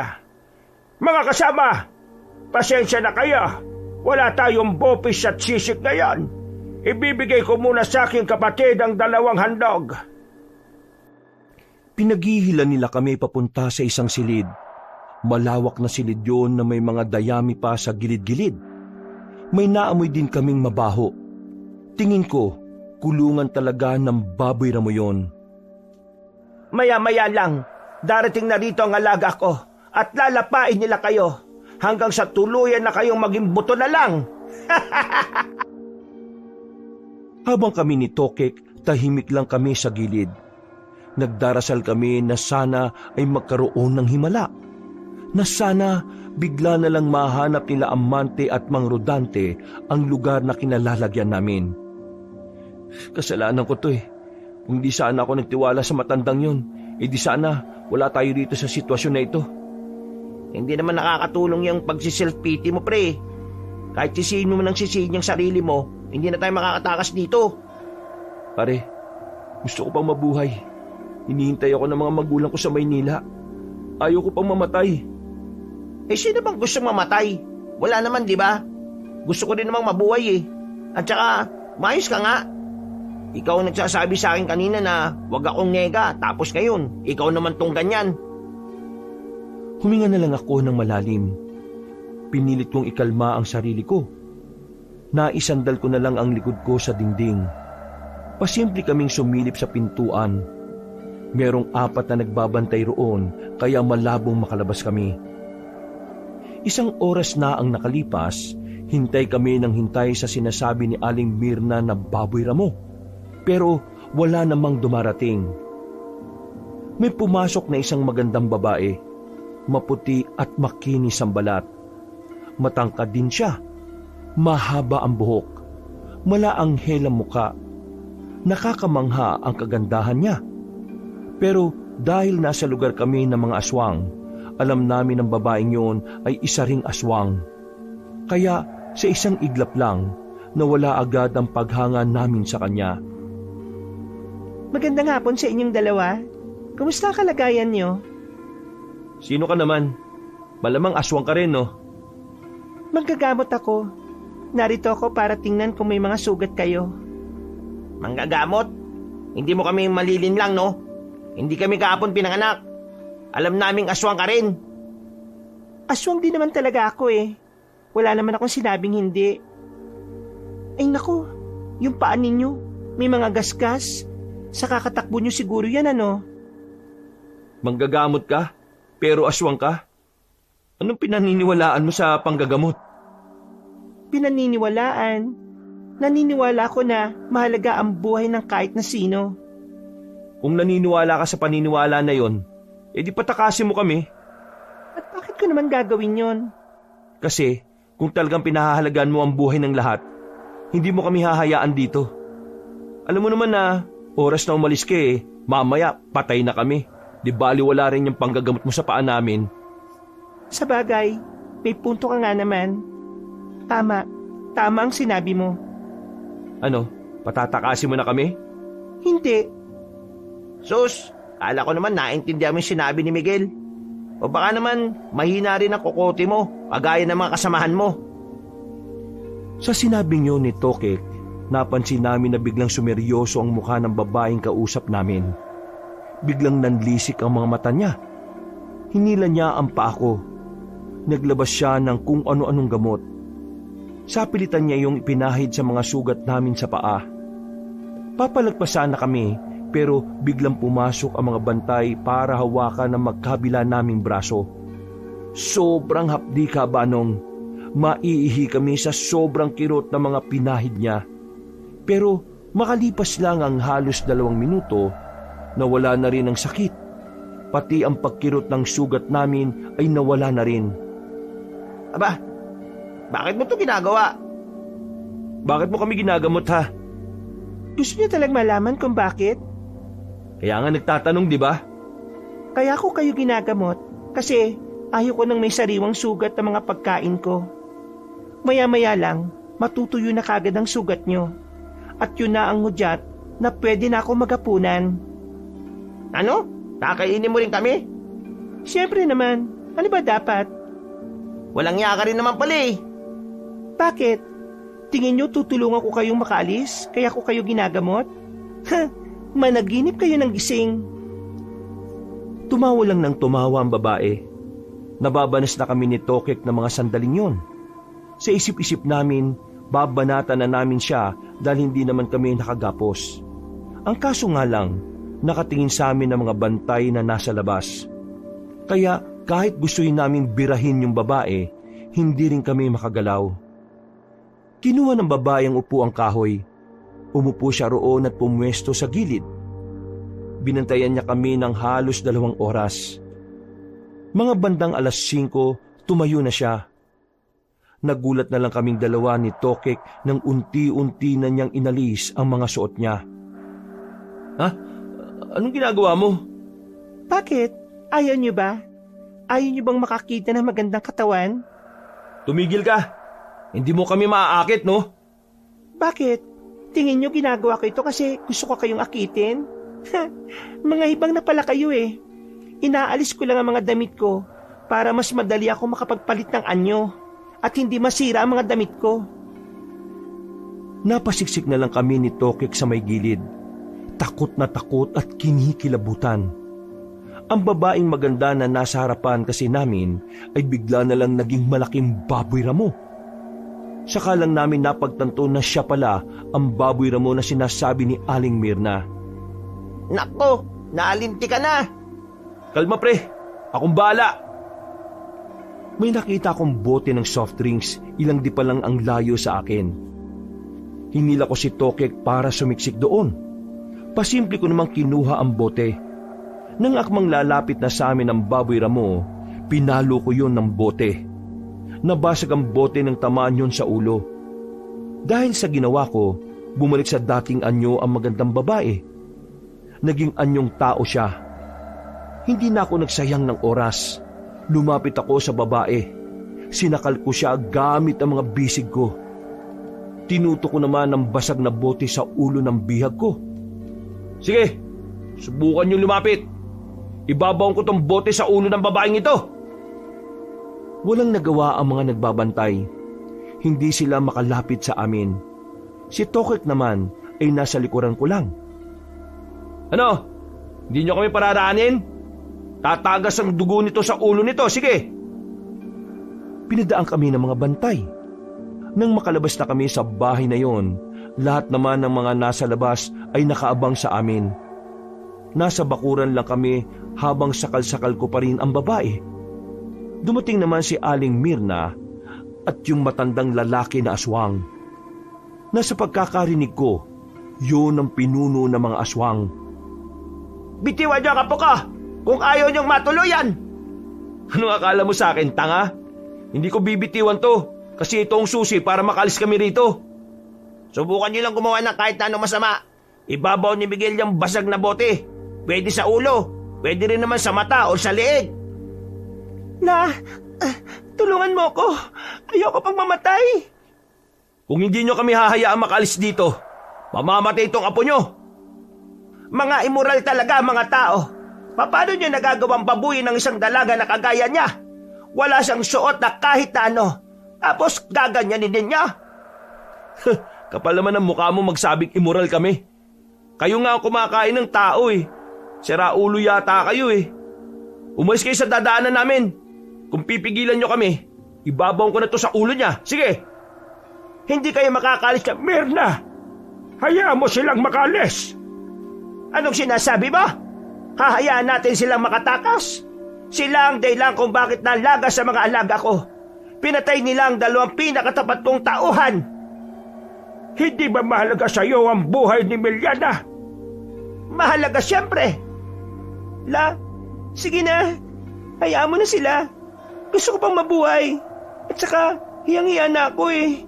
Nakikita na ng lahat ang katawan ko. Kayong lahat, tumalikod kayo. Ang mga mata nyo naglalakihan. Kung sino mang mahuli kong nakatingin, bibitayin ko kaagad.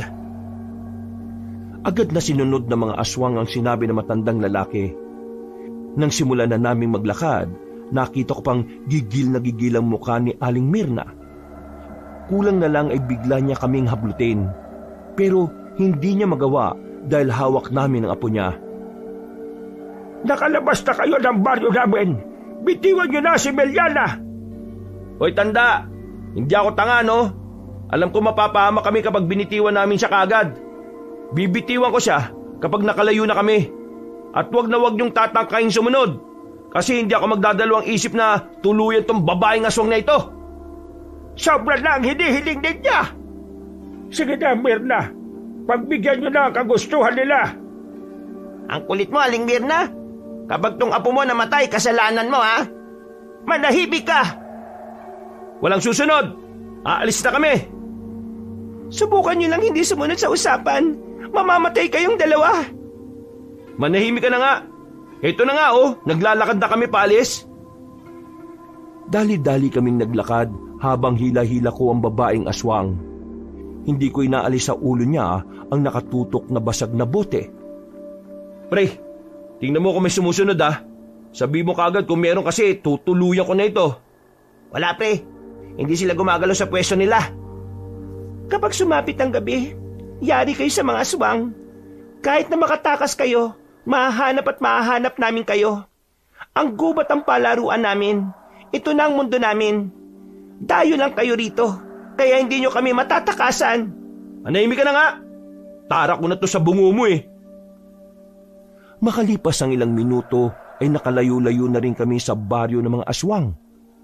Tamang pagkakataon na sana yon para makatakas na. Ang kaso, ang problema namin ay ang babaeng mismong daladala ko. Patayin na natin yan. Kapag pinatakas mo yan, susundan lang din nila tayo eh. Kapag pinatay natin to, mas malalagay buhay natin sa alanganin. Pre, huwag kang magtiwala sa mga hayop na yon. Siya ang papatay sa atin kapag hindi natin yan tinuluyan. Hindi mo naman pala ako kayang patayin eh. Takot ka pala. Duwag. Yan ang kainaan ng mga mababait na tao. Hindi kayang manakit. Ha? Manahimik ka. Pre, ano na?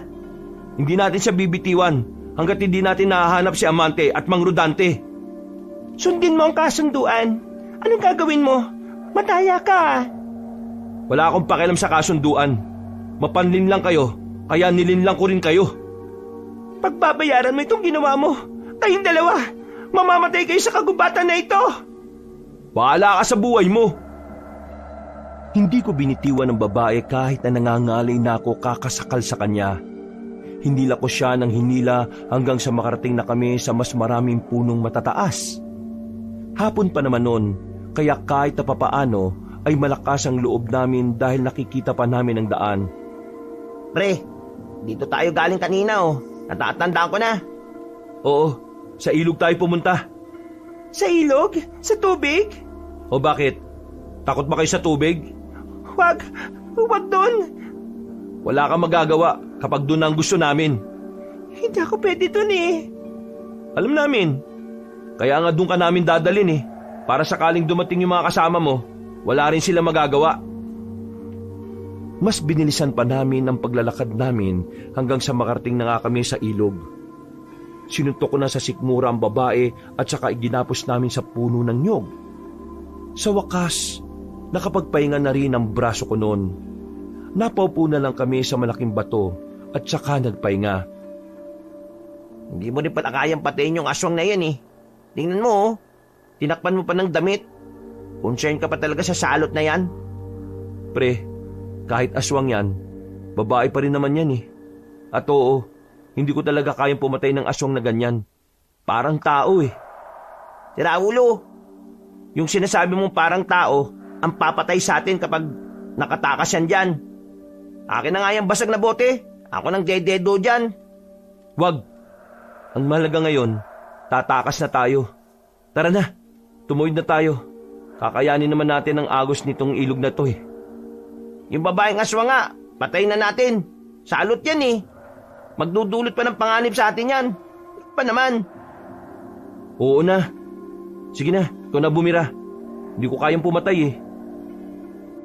Kukunin na sana ni Tokik ang basag na bote nang biglang nakarinig kami ng mga kaluskos. Dumating na ang iba pang mga aswang. Kasama nila ang dalawang matanda. Galit na galit sa amin si Aling Mirna, lalo na nang maabutan nilang nakagapos ang babaeng si Miliana. Yan na nga ba sinasabi ko pre? Ikaw kasi patumpik-tumpik ka pa eh. Sinabi ko na nga ba't hindi kayo susunod sa usapan? Ang sabi niya pakakawalan niyo ang apo ko kapag nakalayo na kayo. Pero bakit bihag-bihag niyo pa rin? Hindi rin naman kayo sumunod sa usapan eh.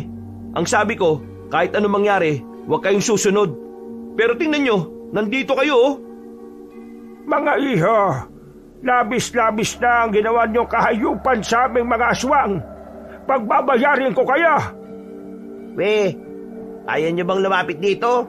Eh di ba takot kayo sa tubig? Nagmamadali kami ni Tokik na tumayo sa malaking bato na nasa gitna ng ilog. Kita namin sa mukha nila ang labis na pagkainis sa amin. Maging ang ibang aswang na naroon, umangil na rin ng umangil. Para bang anumang oras ay lalapain na nila kami roon. Pero dahil nasa gitna kami ng tubig, puro lang amba ang ginagawa nila. Pre, basahin natin sila ng tubig. Tara! Sabay naming sinabuyan sila ng tubig na galing sa ilog. Para silang mga pusang takot na takot sa tubig habang natataranta. Dumistansya sila sa amin. Palingon-lingon si Aling Mirna sa paligid na parabang may iniisip na paraan. Lola, patayin niyo ang dalawang yan. Pinaboy nila ako. Hoy, kapal ng mukha mo. Wala kaming ginagawa sa iyo ha. Maganda ka lang pero kadiri ka kasi aswang ka. Binaboy ang putik. Wala kaming kahit 1% interes sa'yo, no? Mga kasama, palibutan niyo ang buong ilog. Ang iba sa kabila para hindi sila makatawid doon. Tignan lang natin kung hanggang saan ang angas ng dalawang hangal na ito. Pre, mukhang di na talaga tayo makakalis dito. Meron akong paraan. Ano? Magpapaagos tayo ng tubig. Buwang ka ba? Paano kung tumama ng tumama ulo natin sa mga bato? Tingnan mo nga oh, ang lakas ng agos. Wala na tayong ibang choice pre. Hindi magtatagal, makakaisip na rin sila ng paraan kung paano tayo makukuha dito. Basain na lang natin ang buong katawan natin para hindi nila tayo mahawakan. Nang basain namin ng buong katawan namin, ay nakita naming parang mas lalong nanggalaiti si Aling Mirna. Nagtataka talaga kami kung anong meron sa tubig at bakit hindi nila magawang makalapit sa amin. Samantala, nakita ko naman sila sa baryo nila na tubig ang pinapaligo sa mga batang aswang. Kung ano man ang dahilan ng mga sandaling yon, ay nakakampante kami na hindi sila makakalapit sa amin. Pero nang makita namin na kumuha sila ng maraming kawayan, doon na kami kinutuban ng masama. Balak nilang gumawa ng tulay para makalapit kami at ang iba naman gumagawa na rin ng mga panungkit. Hindi namin kayo patatakasin. Hindi kayo makakalabas ng gubat ng buhay. Dito na kayo mamamatay. Magbabayad kayo sa mga ginawa nyo sa apo namin. Pre, ano na gagawin natin? Gumawa na sila ng paraan. Wala na tayong choice. Magpaagos na tayo. Pre, mamamatay din tayo dyan eh. Kaysa naman malapa tayo ng aswang. Mas maganda nang mamatay dito sa tubig kaysa sa mga kamay nila. Sige, mamaalam na kayo sa isa't isa. Dahil mamaya, papanawan na kayong dalawa. Natutuliro na ang utak ko noong mga sandaling yon, Kabanong. Hindi ko na alam kung ano ang gagawin namin. Maya-maya lang, napansin na rin namin na naglalagay na nga sila ng tulay. Tatalo na sana ako sa tubig nang biglang nakita namin na bumulagta ang ibang aswang. Meron nang nakabaon na palaso sa dibdib na mga yon. Isa sa mga tinamaan ang babaeng maganda. Tumarak ang pana sa mismong noon nito. Habang si Aling Mirna at ang kapatid nitong matabang lalaki ay mabilis silang gumapang para makapagtago. Nabuhayan kami ng loob na makita namin si Amante at si Mang Rodante. Napasuntok kami sa hangin ni Tokek. Ayos! Saktong dating nilang dalawa! Nagpulasa na para mga pusang natataranta ang mga aswang. Wala silang nagawa. Nagtago lang sila sa kung saan-saan. Partida, si Amante at Mang Rodante lang ang dumating para iligtas kami. Miguel! Tokek! Tumuwid kayo rito! Saluhin niyo itong lubid oh! Nagagi sila ng makapal na lubid. Ginamit namin yon para makatawid kami ng hindi tinatangay ng agos. Ligtas kaming nakalagpas ng ilog. Nakahinga na rin kami ng maluwag. Mga walang iya kayo! Pagbabayaran niyo ang ginawa niyo kita! Hindi ba tayo tapos, mga tao? Hahanapin namin kayo! Hindi sila makakatuwid pansamantala, pero kailangan na nating umalis. Nagmamadali kaming maglakad noon, habang ang mga aswang naman ay sigaw lang ng sigaw at angil ng angil. Galit na galit sila sa amin. Nang makalayo na kami, ay tumigil na muna kami sa gilid ng mga puno para makapagpahinga. Lamig na lamig din kami noon dahil kalahati ng katawan namin ay nalublob sa tubig. Sinabi ko naman sa inyo na kahit na anong mangyari, huwag kayong aalis sa kinalalagyan nyo, di ba? Ano bang ginawa nyo? Lumayo kayo sa amin eh. Anong tingin mo gagawin namin? Malamang susundan namin kayo. Paano kung doon sa pinag-iwanan nyo sa amin eh, may dumating na aswang? Wala namang dumating, di ba? Kaya lang naman kayo muntik ng mapahama kasi nakasalubong niyo yung aswang. Hindi kasi kayo nakikinig eh. Bakit bang titigas ng ulo ninyo? Kayo na nga itong tinutulungan. Sinusumbatan mo ba kami? Hindi ko kayo sinusumbatan. Ang akin lang naman, para din naman sa inyo itong ginagawa namin eh. Kaya sana naman makisama kayo. Kung tutusin lang, wala naman kami mapapala ni Mang Rodante dito eh. Mas uunahin pa namin dapat yung mga aswang kaysa sa pagtakas nyo. Pero pinag-aaksayahan namin kayo ng oras. Uy, di nanunumbat ka nga. Sana hindi mo na lang ginawa kung isusumbat mo rin. Ginawa ko to kasi mahalaga kayong dalawa sa akin. Oo, nanunumbat na ako. Yun ang gusto mong isipin, di ba? Mas maganda nga siguro sumbatan ka para mas malaman nyo kung ano yung pinaghihirapan naming matulungan lang kayo. Bakit ba sumasama ang loob mo, Miguel? Ano bang masama sa sinabi ko na Sumunod lang kayo sa sinasabi ko para makaligtas kayo. May masama ba ron? Tama na yan. Magkakaibigan kayo, hindi ba? Hindi kayo dapat nagkakagulo. Dapat nagkakasundo kayo. Paano magkakasundo? Minamasama pa niya yung ginagawa ko sa kanya. Kahit kailan talaga ganyan pa rin ang ugali eh. Walang pinagbago. Ganyan na ganyan yan nung nag-aaral pa lang kami. Hoy, hindi ko na gusto yung sinasabi mo ah. Tama na nga. Pareho naman kayo may mali eh. Dinadaan nyo pa pareho sa init ng ulo nyo. Wala namang mangyayari kung mag-aaway kayong dalawa. Hindi kayong dapat na magkalaban dito mga pre. Ang tunay na kalaban natin, yung mga aswang. Doon kayo magalit. Bakit kayo magagalit sa isa't isa eh, magkaibigan kayo? Yung mga aswang. Yun ang kalaban. Kaibigan nyo ba yon? Hindi, di ba? Doon kayo magalit ng husto. Ilabas nyo sama ng loob nyo doon. Ang pira naman kayo. Minsan na nga lang tayo magkita-kita, ganyan pa kayo. Tama na. Tama tong kaibigan nyo eh. Ang tunay nating kalaban dito ay walang iba kundi ang mga aswang. Kaya umayos nga kayo. Hindi na ako nakapagsalita ng mga oras na yon, Kabanong. Kalaunan, bigla na lang akong nakonsensya sa mga sinabi ko. Bumuntong hininga na lang ako. Nilapitan ko si Amante. Humingi ako sa kanya ng paumanhin. Tinanggap naman niya kaagad yon. Aminado naman ako na naging emosyonal lang din ako. Pero ang totoo, may mali din talaga kami kaya nalagay kami sa kapamakan. O ngayon maayos na. Pahinga na muna. Kakagat na ang dilim. Mamaya-maya lalarga na tayo ulit. Yung bangka na sasakyan namin, tuloy pa ba yon? Bukas na ng umaga yun. Wala nang pumapalaot ng gabi. Kung sana nakaabot tayo ron, kahit mga alas 5, wala sanang problema. Yung mga aswang kanina, bakit ba hindi sila makatawid ng ilog? Bakit sila takot sa tubig? Kung tubig lang pala panlaban sa kanila, di sana nagdala tayo na maraming tubig no? Hindi sila takot sa basta-bastang tubig lang. Ang kinatatakutan nilang tubig ay ang mga tubig sa ilog.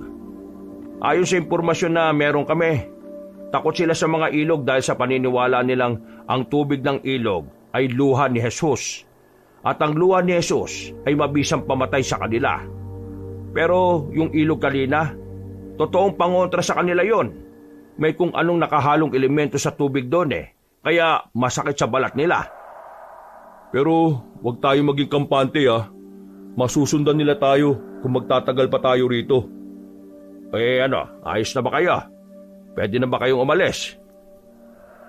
Nagpatuloy na rin kami sa paglalakad. Tinatahak namin ang madilim na daan ng kagubatan. Noong mga sandaling yon, kahit na papaano ay nabubuhayan na rin kami ng loob ni Tokek. Ang buong akala kasi namin ay hindi na namin sila makikita. Buti na lang talaga, nagkataon na sa ilog din ang direksyon nila Amante kaya nila kami nakita. Mahigit 1 oras na kaming naglalakad. Iniisip ko noon na magiging ligtas na kami dahil palabas na kami ng kagubatan. Pero sa hindi namin alam, may mga aswang na palang nakaabang sa kalsada. Kumusta kaya yung mga kasamaan natin? Uy! Bigla na lang hinila ang paa ni Tokek. Meron palang aswang na nakaabang sa ibaba ng halamanan. Agad namang lumapit si Mang Rodante doon at tinaga ang kamay ng aswang. Dahil doon, naging alerto na kami. Binigyan na nila kami ng tigisang itak para makalaban. Iandaan niyo mga sarili niyo Teka, paano ba nila tayo nasundan kung hindi naman sila nakakatawid sa ilog? Siguro, umikot lang sila sa kabila. Mabilis naman ang mga aswang na yan May kakayahan silang makatakbo ng mabilis, kaya hindi na rin nakakapagtaka. Nasundan din siguro nila tayo dahil sa mga sugat nyo sa paa. Wala na tayong magagawa. Palag-palag na talaga to. Huminga ako ng malalim sa pagbabaka sakaling mababawasan ng kaba ko kapag ginawa ko yon. Pero wala namang nangyari. Walang nagbago. Malakas pa rin ang kabog ng dibdib ko kahit na anong gawin ko. Inisip ko na lang na kailangan naming makaalis doon. Nang lumabas na ang mga aswang, kasama na nila yung babaeng apo ni Aling Mirna, na sa pagkakaalala ko, Milyana ang pangalan. Siya ang nagpapasunod sa mga aswang na kaharap namin. Ayan na! Nang unang lumapit si Amante at si Mang Rodante, pinagtatataga nila ang unang grupo ng aswang, habang kami naman ni Tokek ay parang nagdadalawang isip pa. Pero nang makita naming napapalibutan na ng mga aswang yung dalawa, naglakas loob na lang akong lumapit at makipagsabayan. Sumunod na rin si Tokek sa akin. Agad namang napatay ang mga aswang at tanging si Milyana na lang ang natitira. Tatakas pa sana siya, pero pinukulan siya ni Mang Rodante ng palaso.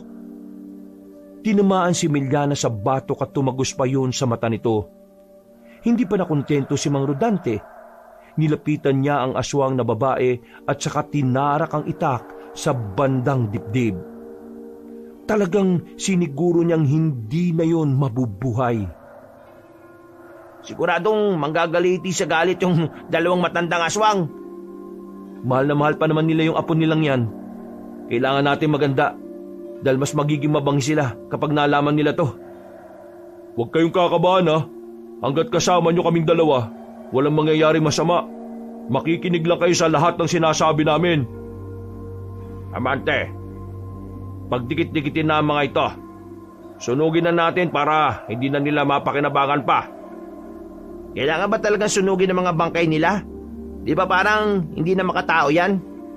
Ano ka ba? Hindi naman makatao yan eh. At saka kaya natin susunugin ang bangkay nila para mawalan na ng pagkakataon ng mga aswang na buhayin sila. Matapos naming ilahin para pagtabi-tabihin sa gilid ng kalsada ang mga bangkay nila, sinunog na yon ni Amante. Hindi na namin hinintay pang maubos ang apoy. Kinailangan na rin naming lisanin agad ang lugar. Meron kaming nadaanan na isang baryo. Normal na tao lang daw ang mga nasa loob ayon sa dalawa. Pumasok kami roon. Naghahanap kasi kami ng maaring arkilahin na sasakyan o tricycle. Nang sa ganon, madali kaming makabalik sa baryo nila Amante. Noong mga sandaling yun din, nakakaramdam na rin kami ng gutom. May pera ba kayo dyan? Nagugutom na kasi kami. Ginutom kami sa kakatakbo namin kanina. Sige, kumain na muna kayo. Doon, may kainan doon. Teka, paano tayo makakasiguro na baryo nga ito ng mga normal na tao? Huwag ka mag-alala. Alam namin ang mga palatandaan ng mga aswang. Tindahan ng lomi ang pinuntahan namin. Walang kanin pero sapat na ang dami ng in-order namin para mabusog kami. Binilisan lang namin ang kain namin. Pagkatapos ay naghanap na rin kami ng sasakyan. Sa kakalibot namin sa baryo, naramdaman na lang namin na meron na palang mga sumusunod sa amin. Kumilos lang kami ng normal. Hindi kami nagpahalata sa kanila. Pumasok kami sa isang iskinita. Inabangan namin ng 3 lalaki na nakabuntot sa amin. Nasundan na naman tayo. Lintik na yan. Paano ba nakakasunod ng mga siraulong yan? Yung sugat nyo nga, dumudugo. Malakas ang pang-amoy nila dyan. Pahamak pala yung mga sugat natin, Tokek eh. Ayun na sila! Nanahimik na kami at saka nagtago sa dilim. Nang makalapit na sa amin ng 3 aswang, mabilis yung tinaga ni Amante at Mang Rodante. Tinamaan agad nila yon, pero nakatakas ang isa. Hinabol namin ang lalaki, pero dahil may mga nakakasalubong din kaming ibang tao, hindi na namin inabutan. Akala namin matagal pa bago makabalik ang mga aswang, pero ang hindi namin alam, nasa bungad lang pala ang mga yon. Parang alam na talaga nila na sa baryong yun kami pupunta. Marami sila. Teka, kakayanin ba natin ang mga yan? 4 lang tayo oh. Kung ayaw pa ninyong mamatay, magtago na lang kayo dyan. Kami na lang ni Amante ang bahala rito. Hindi, sasama ako. Ha? Sigurado ka ba, pre? Sawaan na ako sa pagtatago eh. Siguro, oras naman para lumaban din ako. Ikaw, hindi ka ba lalaban? Kung lalaban ka, lalaban na rin ako. Kung ganun, edi sabayan nyo kami. Anong gagawin natin? Tutal, marami sila kaysa sa atin. Hindi natin sila lalabanan ng harapan. Unti-untiin lang natin sila. Lumipat lang kami ng pwesto. Hinintay lang namin na magsipasukan ng mga aswang sa baryo. Hindi nagtagal, natanaw na rin namin sila. Kasama nila ang dalawang matanda, si Aling Mirna at ang kapatid nitong si Mang Oyo. Tila alam ng mga tao kung ano sila. Dali-daling nagtakbuhan ng mga tao sa kanya-kanyang pasok sa kabahayan. Biglang nawala ng tao sa labas. Parang naging ghost town. Kahit na saan kayo magtago, mahanap at mahanap namin kayo. Hindi namin kayo paalisin ng probinsyang ito ng buhay. Nagkamali kayo ng kinalabang angkan. Maling-mali na kinalaban niyo ang mga aswang. Napapalunok na lamang ako ng laway ng mga sandaling yon, Kabanong. Noong mga oras na yon, alam kong anumang oras ay magsisimula na ang gulo. Kaya naman maigpit na ang pagkakahawak ko sa itak. Walang lalabas kahit ano mangyari ha. Hayaan namin silang malaman nila kung nasaan tayo. Kaya walang lalabas. Nagtiyaga kami sa pinagtataguan namin. Mula sa kinalalagyan namin ay nakikita na namin silang nakatayo roon. Tila inaabangan din kaming lumabas. Amante, maganda na ang pwesto ko rito. Isang bira ko lang ng palaso, patay na agad tong isang matandang lalaki na to. Yun ang pinuno nila, di ba? Hana, palag? Kapag ginawa nyo yan, malalaman na agad nila kung nasaan tayo. Pero malaking kawalan sa kanilang matandang yan. Kapag napatay kaagad natin yan panghihinaan na sila ng loob. Walang nagmamando sa kanila. Hindi, iba ang pagkakakilala ko kay Aling Mirna. Habang nawawalan siya ng tao, mas lalo siyang nagagalit. O anong gagawin natin? Dito lang. Kunin na natin ang pagkakataon para mabawasan sila, amante. Kung yung matandang babae ang mas tumatapang kapag nababawasan ng tao, siya na lang ang unahin natin. Bahala na kung malaman nila na nandito tayo. Uy, nung bahala na pinagsasabi mo dyan? Sige, ihanda ko na. Kinuha na ni Mang Rodante ang kanyang pana. Sinentro niya ang dulo ng palaso kung saan nakatayo si Aling Mirna. Pagbitaw niya ng palaso, kita namin biglang bumagsak ang matandang aswang sa lapag. Naalarma naman ang mga aswang, lalong-lalo na si Mang Oyo. Bullseye! Alis na, alis na! Lumipat na tayo ng pwesto, dali! Pero paglabas pa lang namin sa pinagtataguan namin, pinalibutan na kami ng mga aswang. Galit na galit si Mang Oyo. Nag-iba na rin ang kanyang anyo. Una, si Bilyana. Pangalawa, si Mirna. Mga lapastangan kayong tao. Walang kapatawaran ang ginawa ninyo. Pre, anong gagawin? Dami nito oh. Kalma, lahat tayo makakarating sa langit. Ba't siraulo ka ba? Pinagpapawisan na ako ng malamig ng mga sandaling yon. Pati ang palad ko ay basang-basa na rin ng pawis. Ramdam ko na pati si Amante at Mang Rodante ay kinakabahan na rin. Parang alam na rin nilang hindi kami uubra sa ganong karaming mga aswang. Ito na ang katapusan niyang mga hangal kayo. Mga bata, losob, patayin niyo mga yan! Dudumugin na sana kami ng mga aswang, pero biglang nagbuka sa mga bintana ng mga kabahayan. Napadapa na lang kaming apat nang marinig namin ang magkakasunod na putok ng baril. Pinagbababaril ng mga residente ang mga aswang. At dahil sa ginawa niya, marami agad ang nalagas bilang mga kalaban namin. Dito na namin nalaman na ang baryong napuntahan pala namin ay tumutugis din pala ng mga aswang. Kaya naman naging bentahe namin ang sandaling yon. Nakita naming nagtago si Mang Oyo sa kung saan. Sige na, ako nang bahala sa matandang yon. Tulungan niyo ang mga residente rito. Mag-iingat ka, Mang Rodante ha. Humiwalay na sa amin si Mang Rodante, habang kami naman hinahabol namin ng ibang aswang na nagtago sa madidilim na parte. Wala silang magawa sa dami ng residente na pinapaputukan sila. Kung tutuusin, wala na nga dapat kaming gagawin noon, pero mas pinili naming sabayan si Amante. Sa isang kanto, nakasalubong namin ang ibang aswang. Tinutulungan namin si Amante na kalabanin ng mga yon. Matagumpay naman namin silang natalo. Naging kampante ako noon kasi nakita kong talagang patay na ang mga kalaban namin. Pero laking gulat ko nang biglang lumabas si Mang Oyo sa gilid. Hinablot niya ako. Kinalmot niya ako ng maraming beses. Naisalag ko ang braso ko kaya yun ang nadali sa akin. Akmang tutuluyan na ako ni Mang Oyo pero nakatakbo ng mabilis si Amante para tulungan ako. Tinaga niya si Mang Oyo. Tinamaan yun sa braso kaya agad yung napadistansya. Laylay ang kanang braso niya na naging dahilan para bumagal siya sa kanyang pagkilos.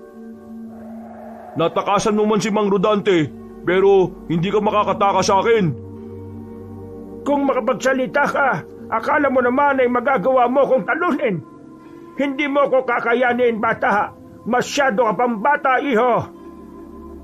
Nagkakamali ka yata ng husga sa akin, ah.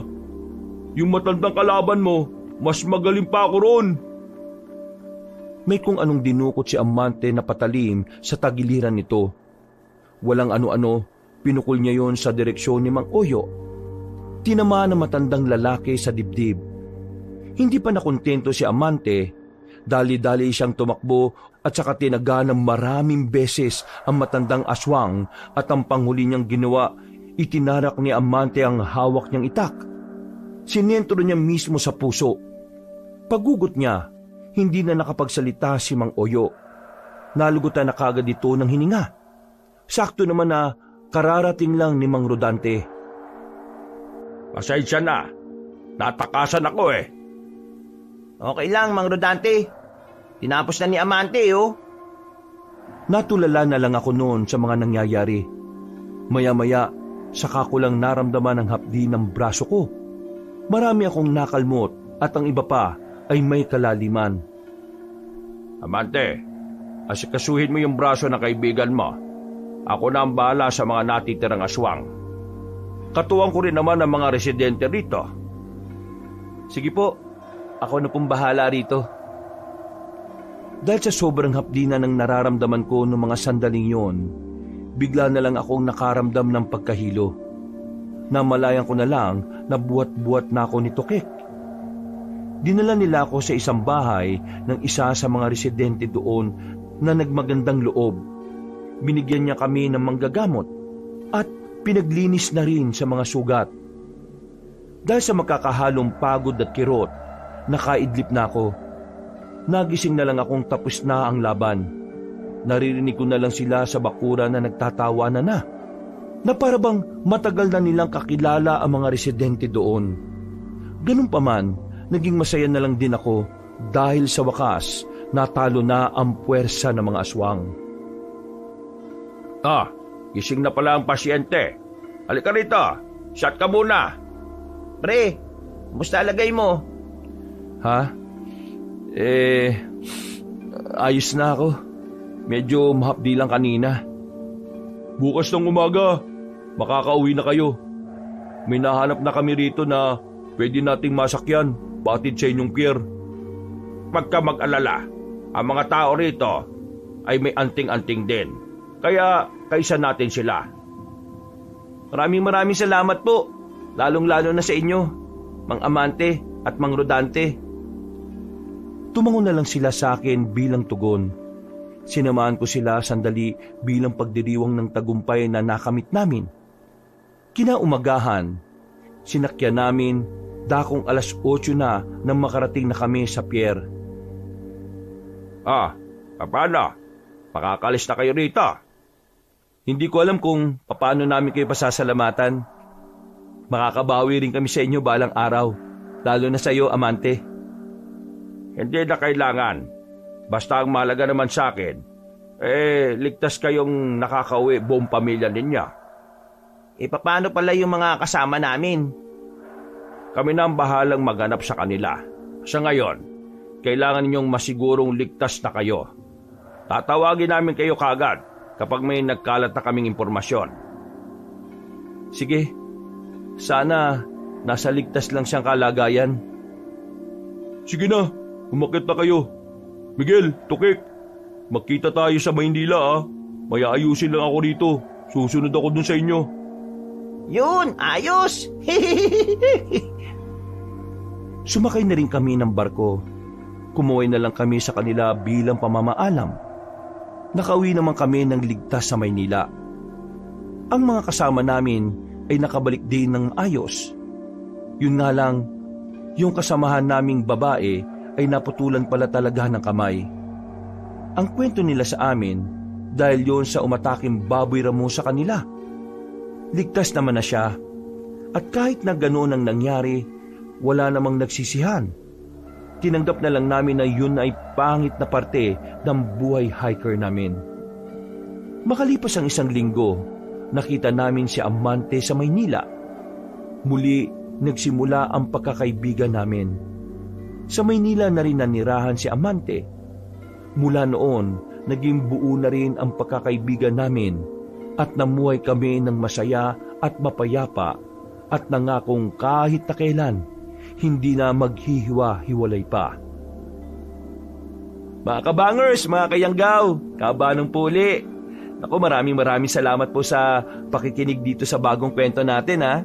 Kung medyo nabitin kayo, sana po'y bisitahin nyo rin yung isang channel po natin, yung Pamela Clamil. Mga magagandang kwento rin po ang ihatid natin doon. Narrator po ako doon as Lolo Pael at madalas as Kabanong. At sana po wag nyo kalimutan din pong pindutin yung subscribe button ha, kasi kukunti lang po yung nagsusubscribe pa doon eh. Then syempre, wag nyo kalimutan mag-like at mag-comment. I-comment nyo po kung saang lugar kayo ha, para nababati ko po yung mga kalugar ninyo. Tatanungin kong malaking utang na loob at malaking suporta po pag ginawa nyo po yon. Hanggang sa susunod na kwento. Wakas!